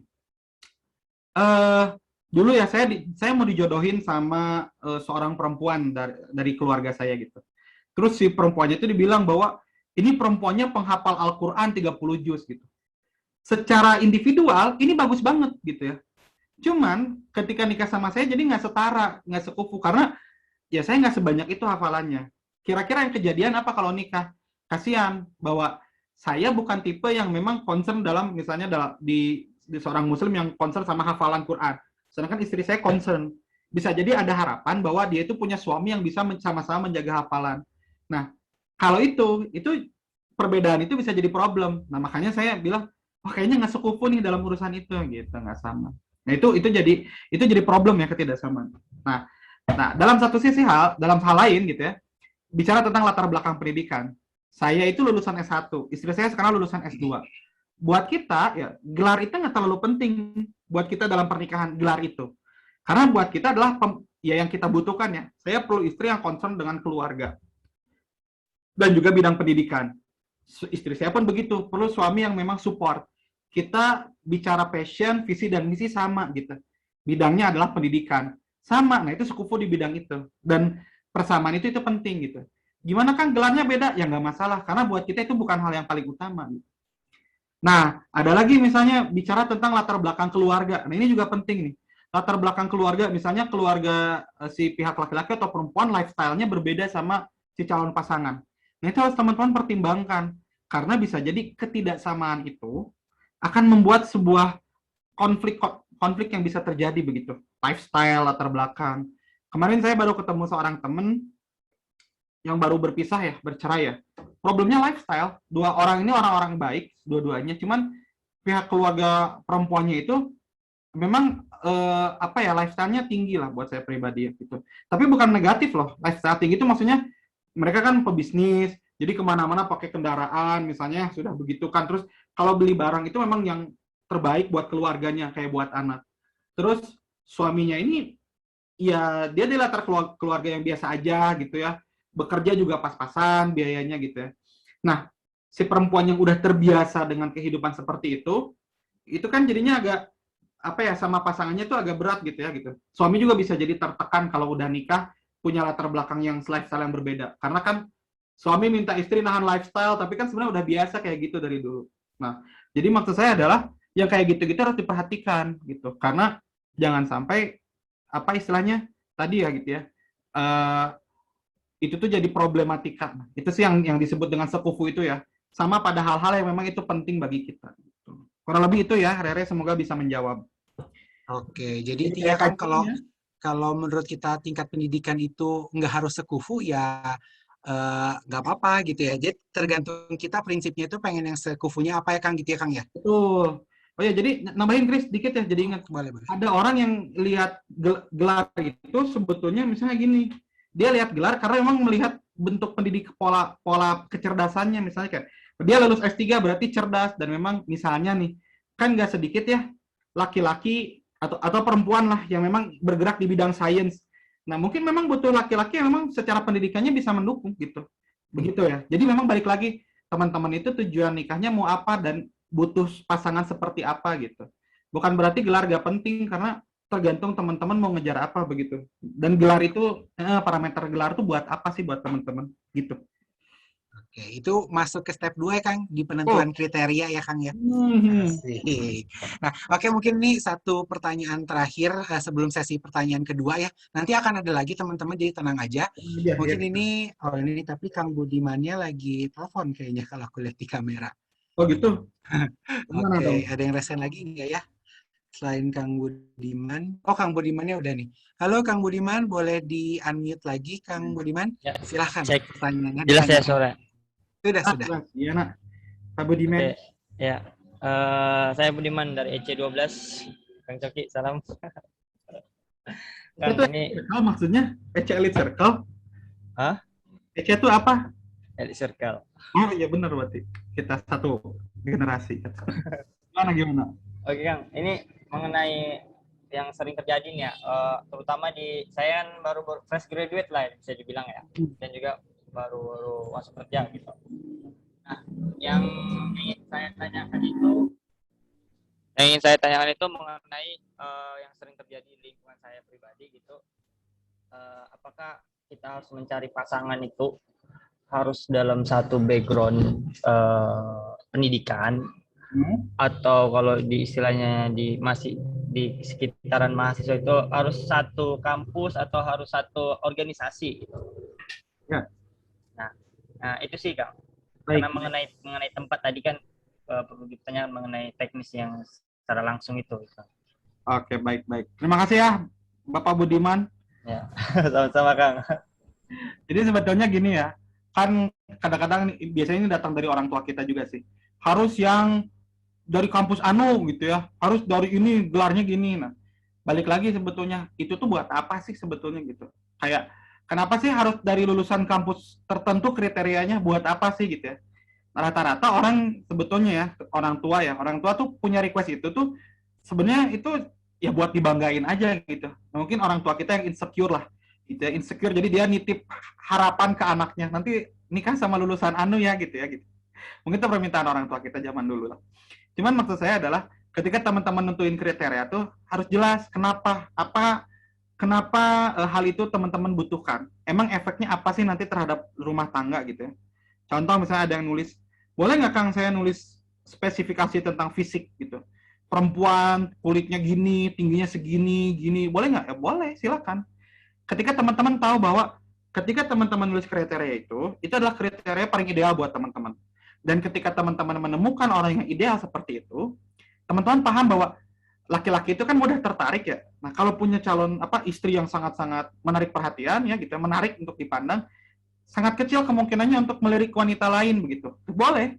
Jadi itu ada positif lah kriteria itu. Nah, yang sering saya pertanyakan adalah ada orang yang suka sekali menulis kriteria yang padahal itu tidak dibutuhkan gitu. Lulusan kampus mana, gelar misalnya gitu ya. Itu harus dipertanyakan kenapa butuh gelar itu gitu. Nah itulah, jadi silakan ya teman-teman kayak tadi bilang, harus dari kampus mana enggak, organisasi mana, ya silakan kalau mau ditulis itu. Cuma pertanyaannya buat apa? Memang kalau orang itu dari kampus itu, emang kayak gimana orangnya gitu. Emang kalau dia di organisasi itu, kayak gimana orangnya. Nah, itu sebetulnya dalam nulis kriteria. Gitu sih, Chris. Oke, Kang. Sambil aku ngutip juga tadi yang Kang Coki disebutkan di materi yang ketiga, Kang, mencari itu bukan cuma dari kenalan kita, karena bisa jadi jodoh kita itu saat ini kita belum kenal ya, Kang. Ya kan? Kan tadi bisa juga nih yang lewat pelantara dikenalkan dengan orang baru dan siapa tahu itu jadi jodoh kita. Iya nggak sih, Kang? Betul. Nah, yang penting step 2-nya dikelirin dulu kriterianya apa, sehingga ketika bertemu orang yang tepat ya tinggal gas ya Kang ya, asik. Gas gitu ya. Karena gini ya, saya juga nggak pakai pacaran lama-lama sama istri saya. Ya di titik sekarang bisa aja gitu sebagai pasangan rumah tangga kita kolaborasi dengan ngurus anak, punya impian dan lain-lain bisa aja gitu. Jadi ya karena memang dulu saya nyari sesuai kebutuhan yang saya inginkan gitu, seorang istri yang concern sama anak, pendidikan. Jadi ya itulah gitu. Jadi kriterianya benar penting seperti yang Chris bahas. Mungkin kalau aku ngutip lagi, lebih ditekankan dulu kebutuhan dulu ya Kang ya, kebutuhan baru keinginan, asik. Aduh aku jadi kayak ceramah mulu nih Kang. Iya dong. Dilanjut aja kali ya Kang ya, udah jam segini Kang. Kita bahas cepat ya, karena mungkin pasti teman-teman ingin diskusi panjang lebar. Nah, jadi nanti kalau teman-teman udah ngajak nikah, alur berikutnya kenalan sama calon. Nah, jadi kayak nih, kenalan yuk, kamu siapa? Aku ini jawaban atas doa-doamu. Nah, jangan begitu, tapi kenalannya harus dalam ya gitu ya. Biasanya intinya di dalam kenalan itu, ini untuk mengenali karakter kita gitu. Saya dan pasangan tuh saling cerita. Sebetulnya kita itu masing-masing kayak gimana sih orangnya gitu. Nah, apa yang biasanya diobrolin sebetulnya? Yang pertama adalah hal-hal yang perlu kamu ketahui tentang calon pasangan. Nah, itu biasanya ada listnya tuh. Ya gitu ya. Mulai dari nanti latar belakangnya, lalu karakternya, kepribadiannya, visi misinya gitu kan. Lalu berikutnya adalah apa sih yang perlu calon ketahui dari diri kita, yang gitu, yang berkaitan dengan rumah tangga ya. Lalu yang ketiga adalah penyamaan visi dan misi. Kan jadi pas sesi perkenalan itu kita saling kenalin diri ya. Bukan sekedar makfav, minfav, minuman favorit, kartu, nggak cuman itu. Tapi misalnya bagaimana konsep keuangan nanti misalnya dibahas. Lalu bagaimana tentang apa namanya tuh nanti karir setelah menikah kayak gimana konsepnya. Kalau sudah punya anak gimana. Nah, hal-hal itu yang dilakukan dalam proses perkenalan. Begitu. Jadi itu yang sebenarnya harus dibahas. Bukan hal yang tidak penting, yang tidak berkaitan. Terus yang terakhir sih penyamaan visi dan misi ya. Secara singkatnya penyamaan visi dan misi itu adalah nanti habis nikah mau ngapain sebetulnya kita itu, mau ngejar apa sih sebetulnya. Itu penting. Gitu. Nah, ini beberapa hal yang perlu ditanyakan biasanya. Kondisi personal seperti kondisi fisik, harta, keturunan, agama, kesehatan. Ya, itu ditanyain tuh. Kayak keluarga kamu gimana? Emang dari mana latar belakangnya? Kamu penghasilannya berapa gitu. Gitu. Nah, itu ada tabungan nggak dan lain-lain. Kondisi agama gimana? Baik nggak ibadahnya? Itu bisa ditanyakan. Terus lalu berikutnya cara berinteraksi. Sama temennya gimana sih interaksinya? Sama keluarganya seperti apa sih? Terus kalau ngobrol sama orang lebih tua, dengan orang asing, dengan anak kecil tuh kayak gimana cara dia berinteraksi? Lalu yang ketiga adalah ya tadi gambaran pernikahan, kayak gimana visi nikah, konsep rumah tangga, dan lain-lain. Lalu yang perlu ditanyakan lagi adalah, ada nggak request khusus dari keluarganya atau dari orang tuanya kepada calon itu? Sekarang saya tanya sendiri ke teman-teman. Teman-teman ketika nyari calon, teman-teman nanya nggak ke orang tua teman-teman, butuh calon seperti apa? Coba, nanya nggak? Nah, kalau teman-teman belum nanya ke orang tua, ya, mending tanya sekarang. Harus nanya, kenapa? Karena ketika kita mau nikah, ini tuh bakal jadi mantu dari orang tua kita. Itu akan jadi keluarga. Dan butuh gitu. Dan ketika kita nikah, kita juga menikahkan keluarga. Maka penting untuk nanya ke orang tua. Kan saya orangnya nggak enakan nanya ke orang tua. Mau nggak mau itu harus dilakukan. Gitu. Itu harus dilakukan sekarang. Karena kalau sebelum nikah, salah satu yang harus dilakukan adalah bisa berkomunikasi dengan orang tua. Ya. Oh, yang lain di komen mah udah pada nanya ya. Bagus ya. Kata orang tua aku bebas, yang penting akunya cocok gitu. Nah, coba Kak, bebas berarti boleh nggak kalau suka mabok gitu? Baru orang tua mikir gitu. Jangan. Nah, kamu harus yang gini. Nanti mulai spesifik ke orang tua gitu ya. Cuma canda aja ya sama orang tua. Cuman kalau orang tua ngebebasin itu perlu disyukuri karena berarti orang tuanya nggak banyak request, itu alhamdulillah. Kita tinggal cari yang terbaik gitu ya. Nah, cara ngenalinya itu satu, ada istilahnya ATM nih, diamati ya, amati dari kesehariannya di dunia nyata dan maya. Nah, kalau searching di online itu maksudnya mengamati kepribadiannya. Terus ditanyakan langsung. Biasanya kan ada fase pertemuannya, kita ngobrol, kenalan gitu. Yang ketiga tuh nyari tahu dari temennya, dari sahabatnya, dari keluarganya. Karena suka ada yang nanya, Kang gimana kalau dia bohong? Ya, ada hal-hal yang emang kita nggak bisa tahu sebetulnya gitu. Tapi minimal kan kita bisa nanya ke orang-orang terdekatnya gitu. Dan saya juga dulu sering banget nanya ke sahabat-sahabat dari orang yang ketemu gitu. Nah, tanya secara langsung tuh gimana teknisnya Kang? Yang ketemu ngobrol, langsung diskusi gitu. Kan grogi, ya memang grogi, cuman yang gimana lagi nggak bisa dihilangkan gitu. Gitu. Atau mau pakai kode sandi Morse sih kan, terserah ya. Tapi intinya teknis atau metodenya bebas. Mau gini, mau ngobrol langsung ditemani perantara boleh gitu ya, berempat, bertiga misalnya, itu boleh. Yang penting adalah kita menanyakan secara langsung. Karena saya sering kok nemenin orang-orang kayak bertiga, si perempuannya, laki-lakinya, terus kita ngobrol gitu. Apa yang mau ditanyain. Dan ini juga momen untuk saling menyatukan visi misi. Saya mau ngapain ke depan ya. Nah, komentar saya terhadap pacaran. Kenapa pacaran ini nggak efektif? Karena dulu waktu kita milih pacar, kita nggak sempat mikirin tentang visi misi, kita nggak sempat mikirin itu. Mungkin karena romansa, ini karena menarik, kayak dia baik sama aku. Jadi aja ya, pengalaman saya sih gitu ya dulu ya. Nah, kalau pacaran itu, biasanya dalam pacaran atau hubungan apapun sebelum menikah, seringkali justru miss karena nggak nentuin kriteria, karena nggak diskusi lebih panjang gitu. Nah, akhirnya salah satu kasusnya tadi yang saya cerita di awal. Pas mau nikah, hamil 1 bulan, baru deh dia bilang, nggak nyambung, Kang. Istri saya tuh ingin full karir, bahkan setelah punya anak, dia nggak ingin di rumah aktivitasnya. Sedangkan impian saya punya istri itu yang ada di rumah sebetulnya gitu. Beraktivitas dari rumah maksudnya tuh. Nah, ini kan nggak nyambung ya, secara visi dan misi gitu. Dan saya cuma bilang begini, entah nanti ya, entah antara kamu yang akan mengubur impian kamu atau istri kamu yang akan mengubur impiannya gitu untuk bisa berkarir. Jadi buat saya pribadi adalah hati-hati bahwa hal-hal semacam ini harus didiskusikan sebelum menikah. Dan seringkali kalau udah ini problemnya orang yang pacaran adalah kadang-kadang ini udah tahu si calonnya ini ada kekurangan ya. Akhirnya tapi tetap dipaksain nikah karena ya mau gimana lagi udah lama gitu. Nah, kita hati-hati sih sebetulnya kalau buat saya pribadi. Karena pernikahan memang panjang ya waktunya dan teman-teman perlu berhati-hati lah gitu ya. Bukan berarti kalau pacarnya ini bakal buruk, belum tentu gitu. Cuman ya harus tetap logis dalam memilih begitu. Gitu. Nah, saya nggak pakai pacaran juga ya berjalan lah gitu. Nah, kalau udah kenal, silakan teman-teman intinya kalau tadi udah kenalan, udah cocok, langsung nentuin aja intinya apakah mau lanjut atau enggak. Lihat dari kepribadiannya, lihat dari kekurangannya. Karena yang namanya calon pasangan pasti ada aja kekurangannya, teman-teman. Nggak 100% sesuai kriteria kita. Ya, termasuk ya kita juga 100% sesuai dengan impian dia lah gitu ya. Pasti ada kekurangannya. Nah, coba nanti dicek ini oke nggak kekurangan ini masih bisa dihandle nggak gitu. Gitu. Ada aja sebetulnya kalau kekurangannya gitu. Nah, kalau ragu misalnya dalam mau nentuin calon pasangan kayak tadi ya ada aduh bingung ragu. Nah, coba untuk bisa berpikir secara logis. Yang pertama adalah jangan milih karena nggak enak. Jangan lanjut nikah karena dia udah datang ke rumah nggak enak nih. Udah sesi perkenalan gitu ya. Ya kalau memang nggak cocok jangan dipaksain gitu. Gitu. Terus termasuk gini, ini orangnya soleh masa ditolak?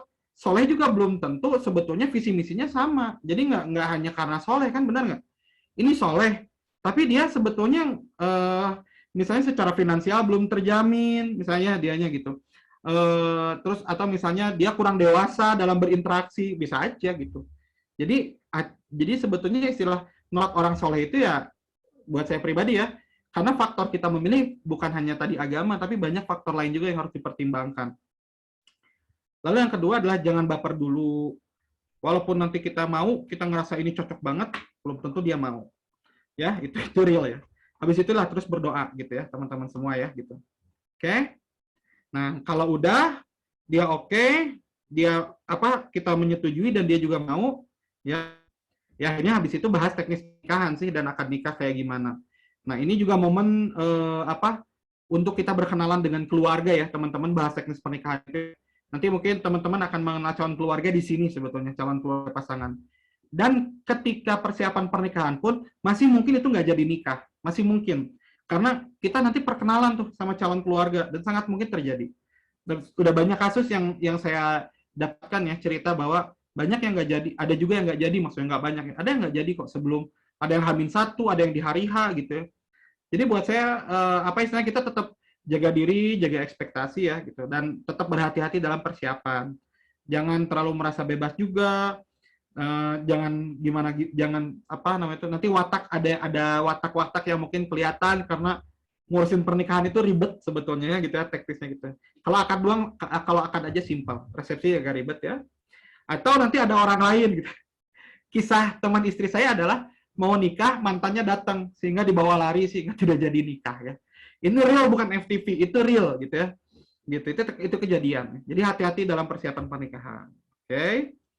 Nah, itulah tetap jaga diri, tetap logis dan manfaatkan untuk dengan pasangannya. Oke. Nah, sebelum kita lanjut sesi tanya jawab, ini sebenarnya udah ya, sharingnya kurang lebih seperti itu. Mau nanya sih, Chris, kita ada berapa menit ya gitu? Kalau ada waktu keburu, saya mau simulasi 5 menitan. Keburu nggak ya? Oke, kalau 5 menit sih masih keburu, Kang. Kalau 5 menit. Boleh ya. Tapi nanti masih bisa ada sesi tanya jawab yang kedua ya. Iya, siap. Oke. Baik, singkat ya teman-teman ya. Kita coba nih ya. Kan lagi pada nyari calon pasangan. Chris juga boleh ya gitu. Siapkan. Teman-teman panitia juga boleh nih ya. Sekarang tugas teman-teman cuma satu. Tugas teman-teman siapin alat tulisnya semua. Ya. siapin alat tulisnya semua, boleh di handphone, boleh dimanapun ya. Nah, tugas teman-teman sekarang adalah boleh buka handphone, boleh buka buku atau apapun ya, kontak dan lain-lain, WhatsApp. Coba list lah ya teman-teman, coba list dong. Siapa mungkin lawan jenis yang mungkin bisa teman-teman ajak nikah lah, atau membuat teman-teman tertarik. Kira-kira siapa ya gitu ya. Boleh silakan dituliskan ya di tempat di teman-teman ya. Ada nggak, cobain coba. Kan lagi nyari, ceritanya lagi nyari calon kan ya. Kang, nanti listnya di-share gak, Kang? Enggak kan, Kang? Listnya di-share di sini gak, Kang? Jangan, itu Anda jangan, bahaya, jangan. Tulis listnya masing-masing, coba. Coba sekarang scroll di Instagram. Kita kasih waktu deh ya, 3 menitan deh ya, gitu ya, karena waktu terbatas. Ini simulasi aja. Cobain deh di grup WhatsApp teman-teman, ada nggak gitu. Nggak harus dipaksain ya. Kalau sekiranya udah scroll nggak ada, ya udah nggak ada gitu. Kalau ada, coba tulis. Ada nggak kira-kira yang menurut teman-teman, ini menarik sih gitu ya. Menarik aja gitu ya. Untuk mungkin bisa diajak nikah ya. Minimal berapa? Nggak ada minimalnya, udah tulis aja. Mau cuman ada satu ya gitu ya. So, silakan ya teman-teman ya. Jadi tadi di list aja nih teman-teman, boleh buka grup angkatan atau dulu grup masa kuliah atau bahkan teman kerja gitu yang nyambung atau teman komunitas gitu. Di list dulu aja mungkin lawan jenisnya itu kira-kira bisa nggak ya, atau mungkin cocok nggak ya dengan kita dengan kriteria yang saat ini udah ada gitu ya Kang ya. Gitu. Nah, gitu. Nah, kalau Oke, tapi sambil nunggu ya Kang, aku coba review dikit kali ya Kang. Tadi kan Kang Coki udah share 8. Jadi gimana sih cara kita cari pasangan? Nah, Kang Coki udah share 8 tahap nih. Tahap pertama itu teman-teman ubah mindset-nya dulu ya. Jadi kalau yang aku pointing out tuh menikah itu harus diperjuangkan. Jadi kalau teman-teman lagi cari calon pasangan ya nggak usah malu gitu. Terus jangan sampai juga kemakan mindset laki-laki menjemput wanita menunggu gitu. Kalau memang teman-teman ada keinginan ingin mengenal lebih dalam, kenapa tidak disampaikan seperti itu. Terus yang kedua menentukan kriterianya. Nah, kalau kuncinya, kalau yang kotak tadi itu jangan merendahkan standar, tapi upgrade kualitas diri. Betul ya Kang ya? betul. Gitu. Yang penting itu kesesuaian visi misi hidupnya, terus kebutuhannya serta satu prinsip, dan kita harus tahu apa yang hal kita inginkan dan apa yang tidak kita inginkan. Gitu. Lalu yang ketiganya mencari calon.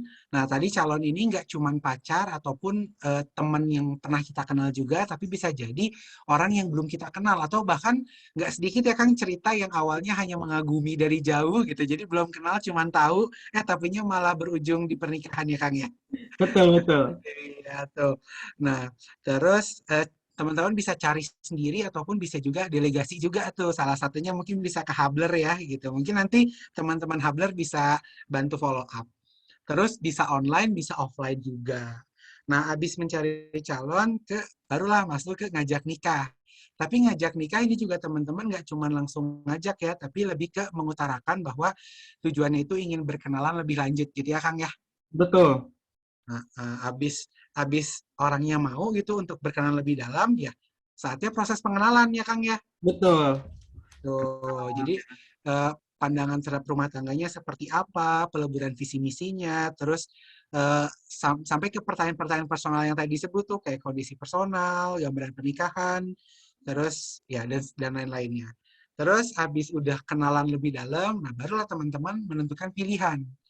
Gitu. Tapi ingat ya, menentukan pilihan bukan cuma teman-teman yang menentukan, tapi dianya juga menentukan ya Kang ya.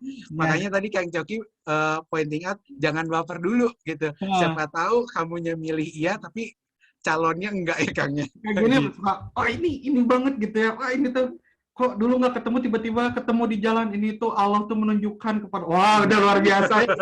Ngomong-ngomongan. Kalau dianya nggak, teteh nggak cocok.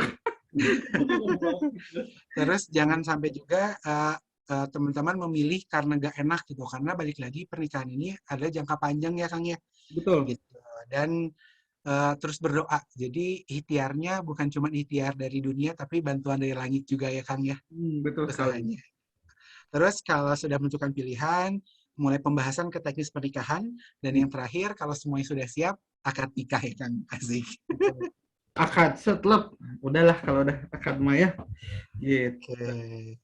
Oke, teman-teman udah kelar belum nih Nah, ngelisnya nih? Itu Kang katanya di gimanain Kang kalau udah di list Kang? ya kalau udah di list, ya silahkan diajak nikah kalau sudah. Oke, tuh kan tadi udah ada 8 stepnya ya. Udah Iya. ada 8 stepnya. Berarti kalau teman-teman sudah ngelis, artinya kan teman-teman sudah punya kriteria. Terus tadi yang teman-teman lakukan mencari calon. Berarti masuk ke step 4. Step 4 apa coba? Boleh dong di-share di kolom komentar step 4. Tuh, lihat tuh, ada ngakak kayak Eva ya. Udah Kang, kalau udah di list, ya kalau sudah siap untuk nikah, silakan diajak nikah gitu loh. Nggak usah dilaporin ke saya mah udah nikah ya gitu. Saya udah nikah. Teman-teman kalau udah punya listnya, udah diajak gitu ya. Kayak gimana diajak gitu. Nah, ada yang nulis, saya udah ngelis Kang, tapi udah pada nikah. Yang list lagi yang baru, nggak apa-apa. Kan tadi inget loh, kriteria pasangan itu bukan pasangan orang ya Kang ya. Iya, betul ya. Gitu ya. Masa Vina ada yang mau namanya aku masukin list toh, silakan. Tapi sebetulnya itu ya, ini silakan simulasi sebenarnya nyari calon ya gitu ya buat teman-teman gitu. Teman-teman ketika akhirnya, saya tuh dulu ngelis kan enak ya dari WhatsApp karena banyak. Sampai ada di titik dimana saya stuck loh Chris, nggak ada lagi kayak, siapa lagi nih yang nggak ada lagi gitu yang bisa saya ajak nikah lagi gitu ya. Yang mungkin berpotensi jadi calon bisa saya ajak nikah. Nggak ada lagi tuh gitu ya. Maksudnya banyak perempuan tapi yang sesuai kriteria. Nah, disitulah akhirnya dulu mulai saya nyari ke orang lain, minta tolong. Makanya, dan buat saya gitu ya, orang-orang kan pada akhirnya berlari kayak ke Tinder, apps yang bisa gitu ya. Dan buat saya itu sedikit agak berbahaya sih. Berbahaya karena kita benar-benar nggak kenal. Karena ada orang yang iseng kan kadang-kadang ke sana. Makanya, salah satu alasan kenapa saya mau sharing di Hubler, karena platform Hubler, nah, tadi kan saya udah cerita sebuah prinsip ya, panjang ya, cara mencari calon gimana. Nah, itu terwadahi di Hubler gitu. Jadi silakan kalau misalnya mau coba nanti ke teman-teman Hubler ya, ke Teh Reni gitu ya, ke teman-teman Hubler silakan boleh gitu kalau menurut saya, dan itu ya ikhtiar juga nggak masalah sih gitu, bagus lah kalau buat saya. Oke Kang, kita Ya. ke tanya jawab aja kali ya Kang Boleh, ya. silakan. Nah ini ada Teh Rika, boleh Rika di unmute, silakan. Oke, bismillahirrahmanirrahim. Kedengaran, Kak? Sudah jelas. Oke, Ya. mau tanya nih, Kak. Kebetulan udah lama sih ngelis calon yang mau diajak nikah. Oke. Oke, yang list pertama kebetulan emang udah ngajak nikah tuh, Kak. Tapi waktunya itu belum jelas.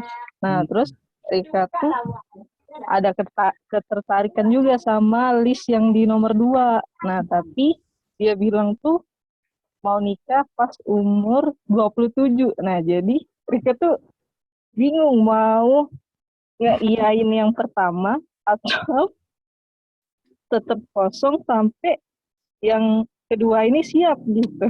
Jadi gimana, Kak? Terima kasih.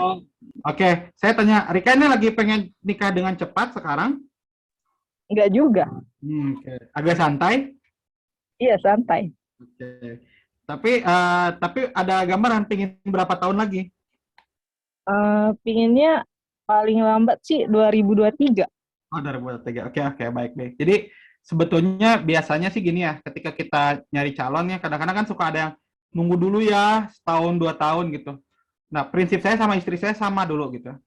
Kalau ketika kita mau berproses, ngajak orang kenalan gitu, terus kita nentuin kapan, itu kan kapan nikah itu bagian dari pengenalan ya, perkenalan gitu. Saya mau nikah nih berapa tahun lagi.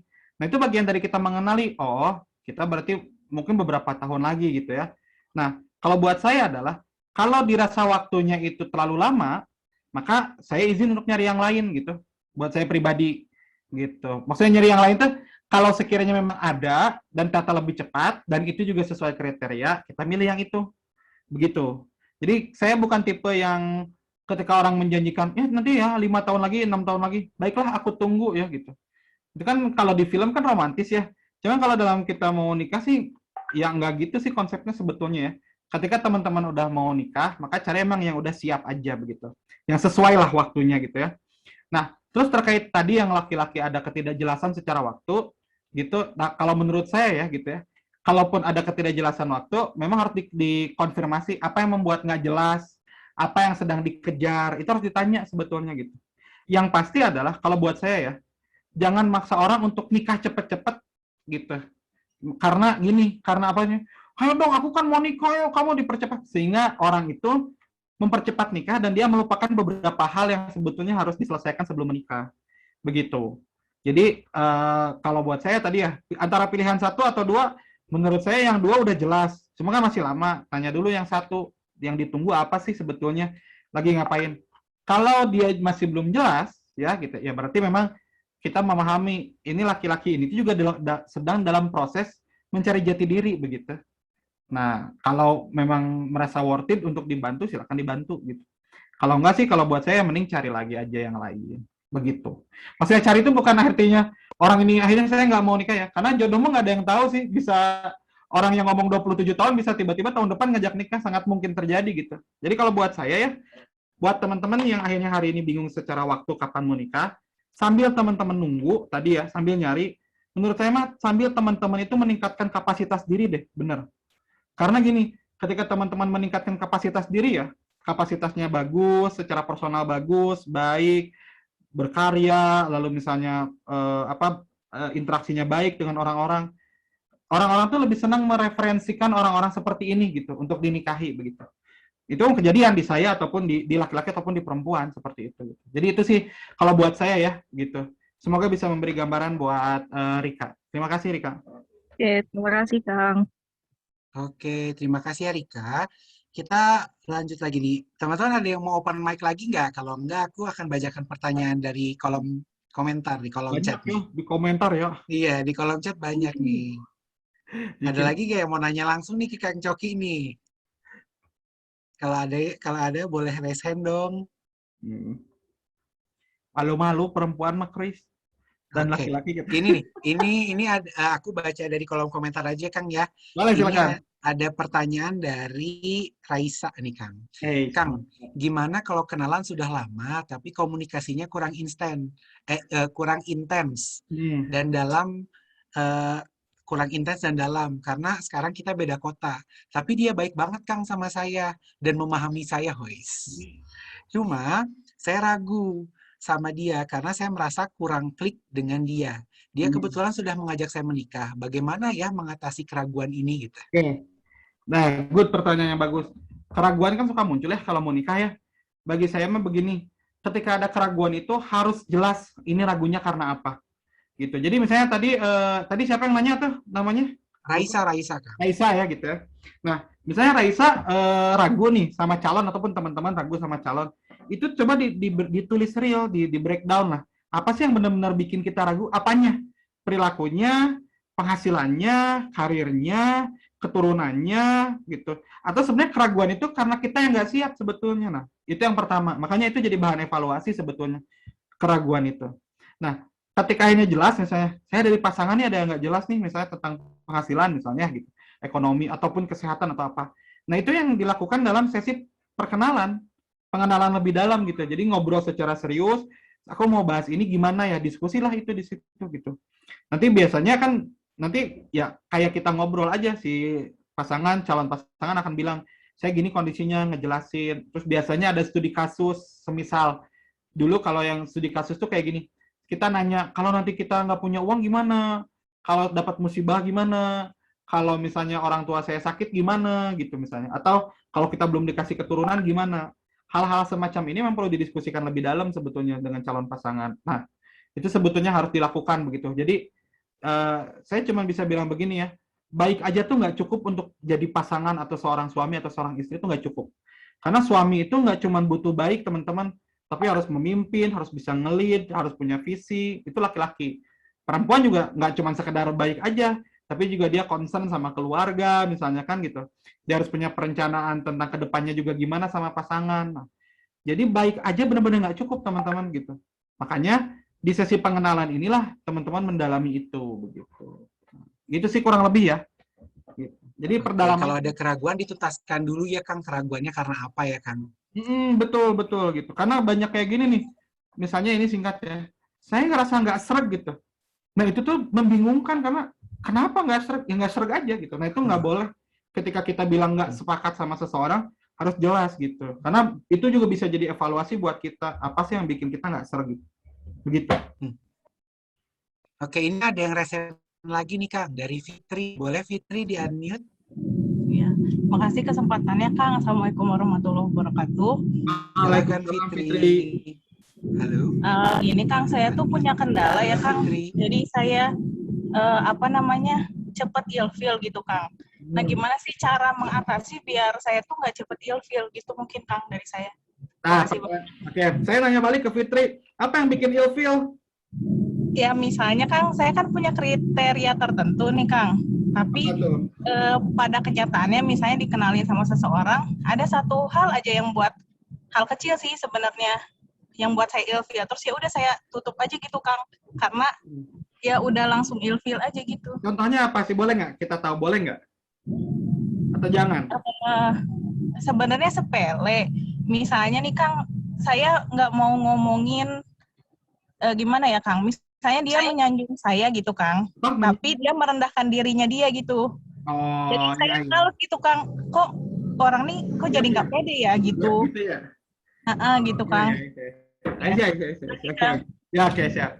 Jadi itu sebenarnya gini ya bahasanya. Kalau buat saya itu bukan bahasanya, bukan ilfeel juga ya. Tapi emang ya itu ada karakter yang kita nggak suka lah dari calon pasangan gitu ya. Jadi ya si calon itu ya. Nah, sebelum kita masuk ke ilfeel itu, tetap dalam nyari pasangan tuh kita harus logis ya. Sebetulnya itu tuh sekedar bercanda aja atau emang karakternya seperti itu orangnya begitu ke kita gitu ya. Itulah pentingnya untuk mencoba untuk berinteraksi lebih banyak boleh gitu ya sama si calon pasangan. Interaksi itu maksudnya ikut kegiatan bareng. Emang dia tuh ke orang-orang kayak gitu atau gimana gitu atau cuman ke kita aja gitu. Karena karakter yang kayak gitu kalau cuman ke kita aja mungkin bisa diubah nanti ya. Bisa kita request, saya nggak suka nih kalau gini gitu. Nah, saya pernah ngalamin soalnya begini. Dulu waktu mau ke seorang calonnya tuh suka sepanjang kita berinteraksi itu selalu bilang, ya tukang coki mah kan keren, kalau saya mah apa. Jadi kita dibikin gap banget gitu. Dan memang kalau ketemu gitu terus ya. Dan memang buat saya pribadi saya jadi mikir begini. Saya tuh kalau nyari calon pasangan yang akhirnya dia bikin gap itu kasihan. Karena bisa jadi ekspektasinya tinggi, pas nikah itu dia banyak nemuin kekecewaan begitu karena ternyata nggak kayak yang saya bayangin gitu. Nah, salah satu alasan kenapa saya milih istri saya karena istri saya tuh nggak kenal siapa saya itu, kayak siapa tuh Coki gitu. Jadi alhamdulillah saya bilang gitu ya. Jadi karena dia nggak bikin gap, jadi tuh bikin saya udah tenang gitu. Karena orang nggak kenal saya berarti orang nggak berekspektasi apa-apa kepada saya gitu. Nah itu sih sebetulnya. Jadi kalau buat saya nggak masalah ya kayak tadi ya. Itu kan ada karakter kecenderungan kita gitu. Kalau memang ya tadi amati dulu apakah itu bisa diubah. Kalau enggak ya nggak masalah. Kalau buat Fitri itu adalah hal yang sangat penting gitu ya. Itu tuh gitu karakter seperti itu. Ya udah nggak masalah, jangan gitu. Jangan, maksudnya nggak usah dilanjutin. Nggak ada yang maksa juga kan untuk lanjut sama orang itu. Nggak apa-apa cari lagi aja gitu. Silakan begitu. Itu kurang lebih ya. Ya, hatur nuhun Kang. Oke, jadi intinya kalau terkait kekurangan kita balik lagi ke diri kita ya, konsekuensinya bisa kita hadapi atau enggak ya Kang Coki ya gitu ya. Oke, Ya, betul. Ini lanjut masih ada nih dari Umi Huswatun. Boleh Umi di-unmute? Ya, terima kasih Mas atas kesempatannya. Suara saya sudah terdengar? Sudah jelas, silakan. Ya, terima kasih Mas. Gini Kang Coki, saya ada pertanyaan. Yang pertama, bagaimana sih cara teknis kita mendiskusikan value atau apa ya, bahasanya kayak visi dan misi pernikahan kita kepada orang yang apa ya, tadi kan diminta untuk ngalisin kayak gitu ya.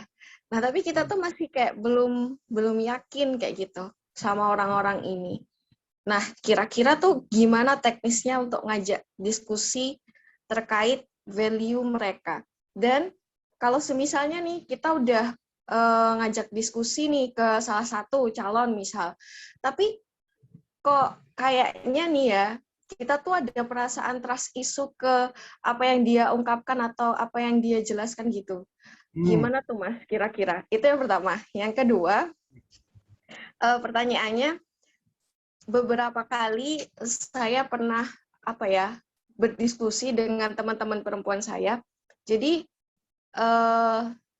bagaimana kalau orang-orang yang perempuan-perempuan yang dominan, kalau misalnya dia punya project, dia yang ngelit dan lain sebagainya, itu tuh lebih sering apa ya, kayaknya tuh bakal lama prosesnya sama orang, atau bahkan laki-laki tuh udah minder atau takut duluan untuk ngedeketin si perempuan ini. Nah, kira-kira menurut Mas Coki, perempuan-perempuan dominannya seperti ini tuh apakah dia kan tingkat dominasi yang dia miliki, atau ya sudah pertahankan apa yang memang apa ya menjadi apa sih ciri khas dirinya sendiri kayak gitu. Mungkin dengan pertanyaan ini ya Mas Coki, terima kasih. Menarik.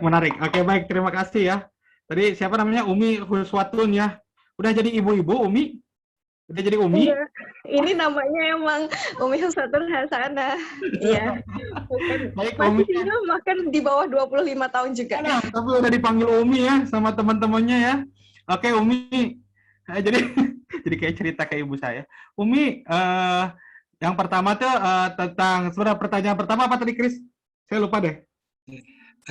Pertanyaan pertamanya ini kalau misalkan bagaimana teknisnya Kang untuk untuk ya Siap. peleburan visi Ya, kayak peleburan gitu. visi, oke, Terus sama siap. kalau ada trust issue kayak gimana Kang? Siap.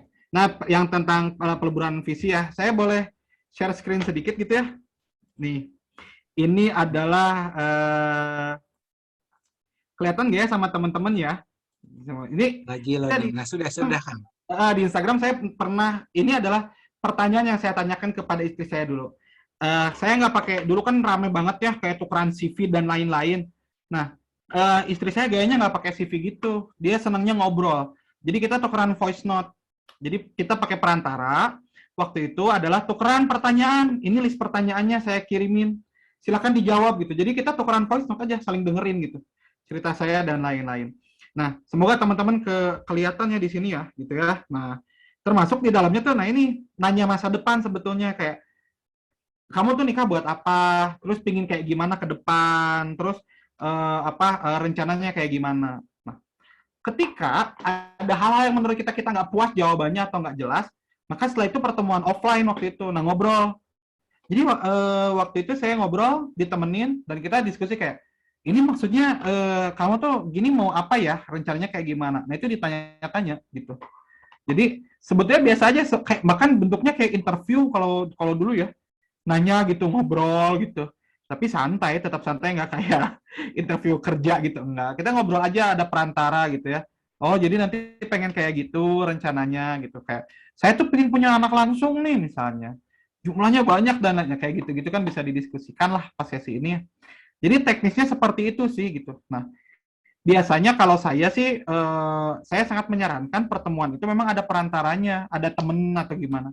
Kenapa? Karena ketika orang ketemu langsung berdua gitu ya, biasanya ya gitu ya.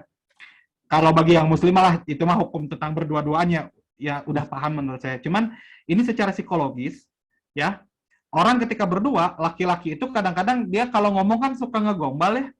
Jadi kadang-kadang jawaban dia itu untuk merayu si calon, sehingga kadang-kadang ada jawaban-jawaban yang sebenarnya dia nggak mikirin itu, cuman dia keluarin biar si calonnya ini mau gitu nikah sama dia gitu. Jadi nggak apa adanya. Kadang-kadang seperti itu. Ya gitu ya. Kalau yang nggak ngerti konsepnya harus jujur ya dalam perkenalan. Jadi itu sebetulnya ya. Cara ngeleburinnya memang diskusi aja langsung, ngobrol. Kayak nanti rencana ke depan apa. Terus salah satu pertanyaan lagi yang ditanyakan adalah, kira-kira nanti kalau udah nikah, gimana ya kita ya keberjalanannya gitu ya.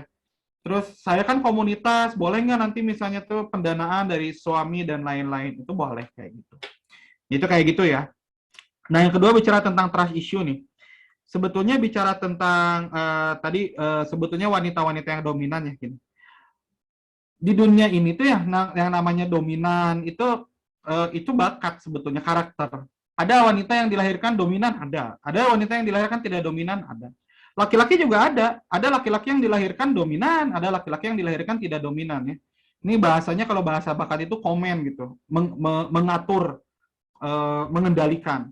Nah, perempuan-perempuan yang tingkat komennya tinggi atau dominan, dibutuhkan nggak di dunia ini? Butuh.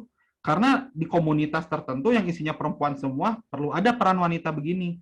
Nah, cuman ketika dia masuk ke rumah tangga, ya, pahami kalau di dalam rumah tangga kan perannya itu kan suaminya yang harus dominan.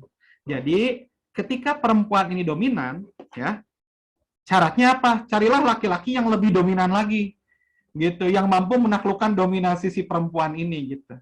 Nah, kalau dia nikah sama laki-laki yang tidak dominan, yang laki-laki nggak dominan gimana sih? Yang ikut kata orang tua, kata mama aku gini soalnya gitu. Nah, itu pasti bakal di rumah tangganya itu perannya bakal berubah gitu. Dan nanti kalau perannya jadinya perempuan yang ngendaliin, nanti lihat anak-anaknya akan niru gitu. Oh, ternyata kalau ayah tuh gini ya karakternya gitu. Oh, ternyata perempuan gini. Nah, maka kalau ada perempuan dominan,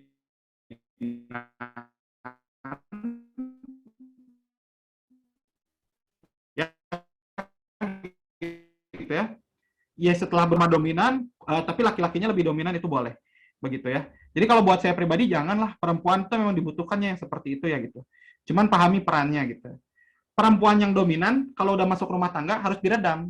Laki-laki yang tidak dominan kalau udah nikah ya harus ditingkatkan. Nah, ini sama-sama tantangan bagi dua orang ini gitu. Laki-laki yang tidak dominan dan perempuan yang dominan kalau udah rumah tangga harus berjuang di situ. Gitu mungkin kurang lebih ya.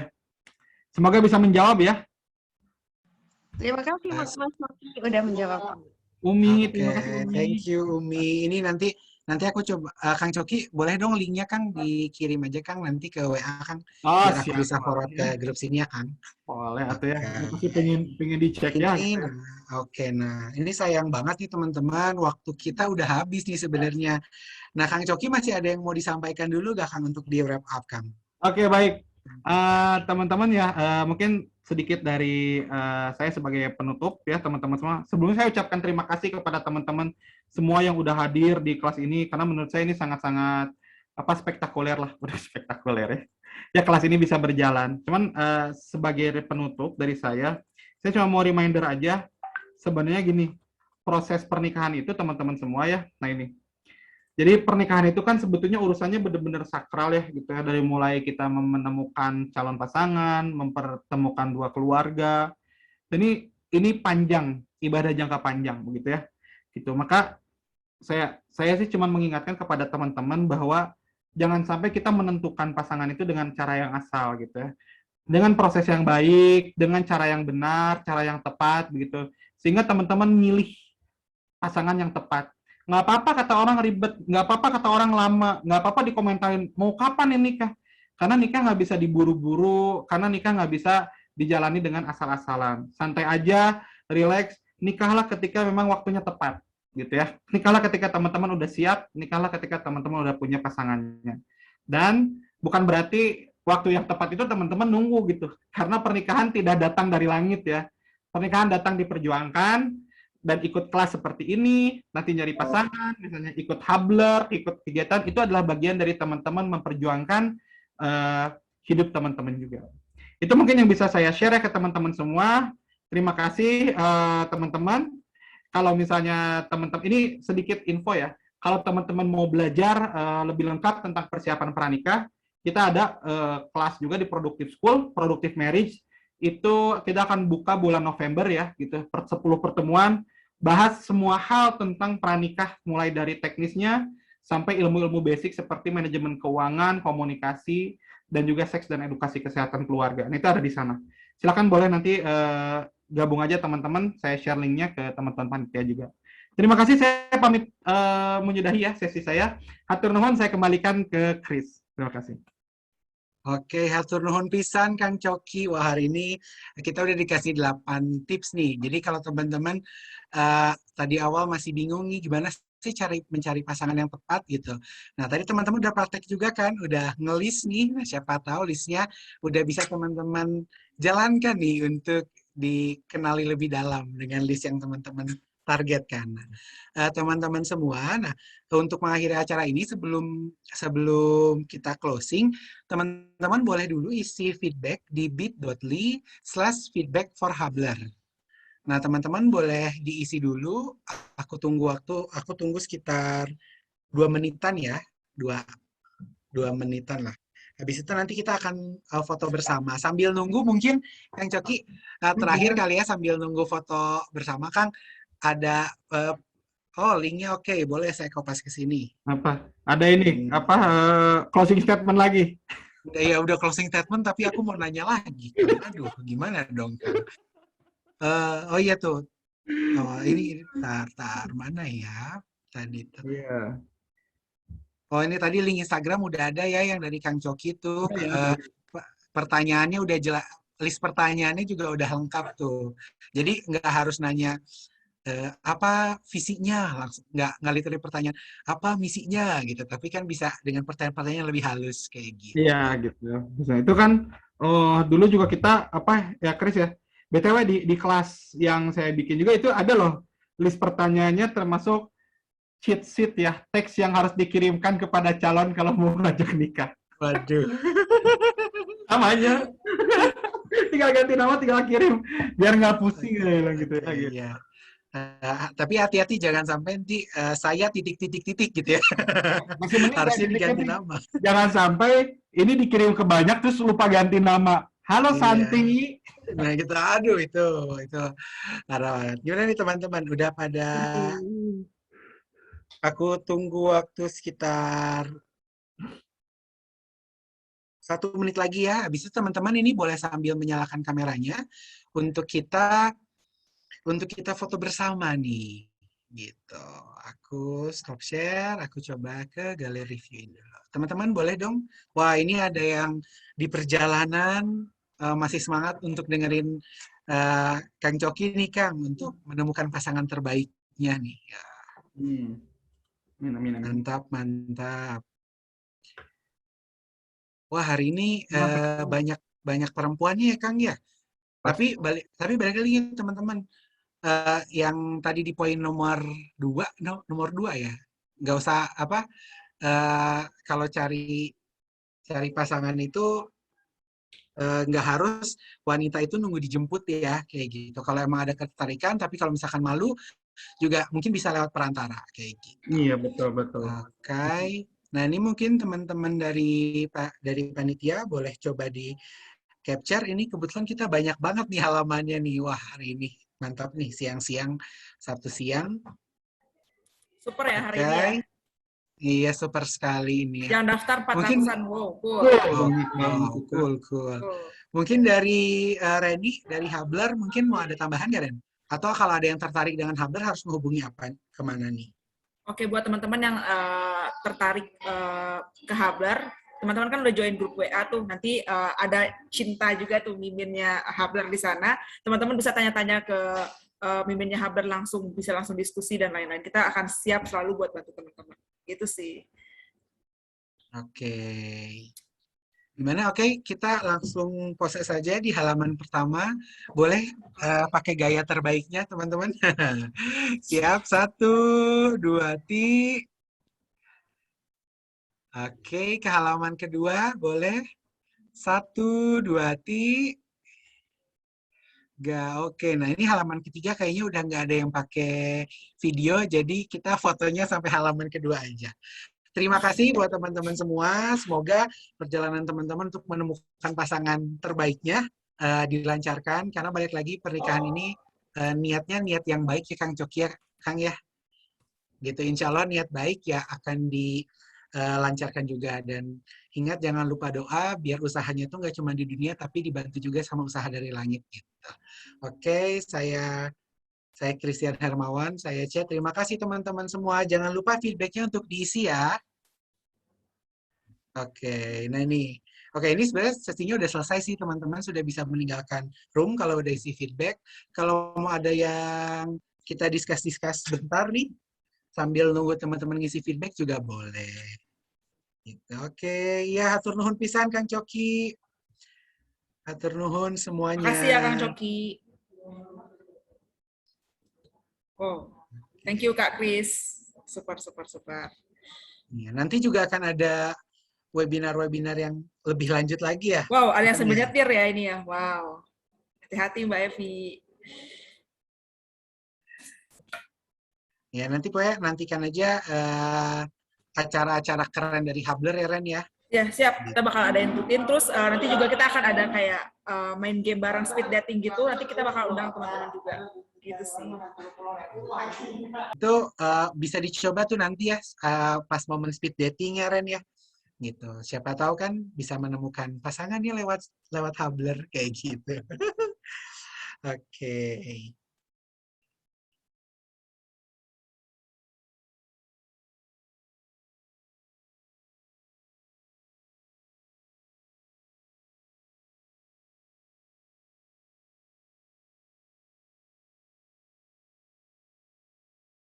Oke, ini recordingnya mungkin bisa di stop kali ya Ren ya.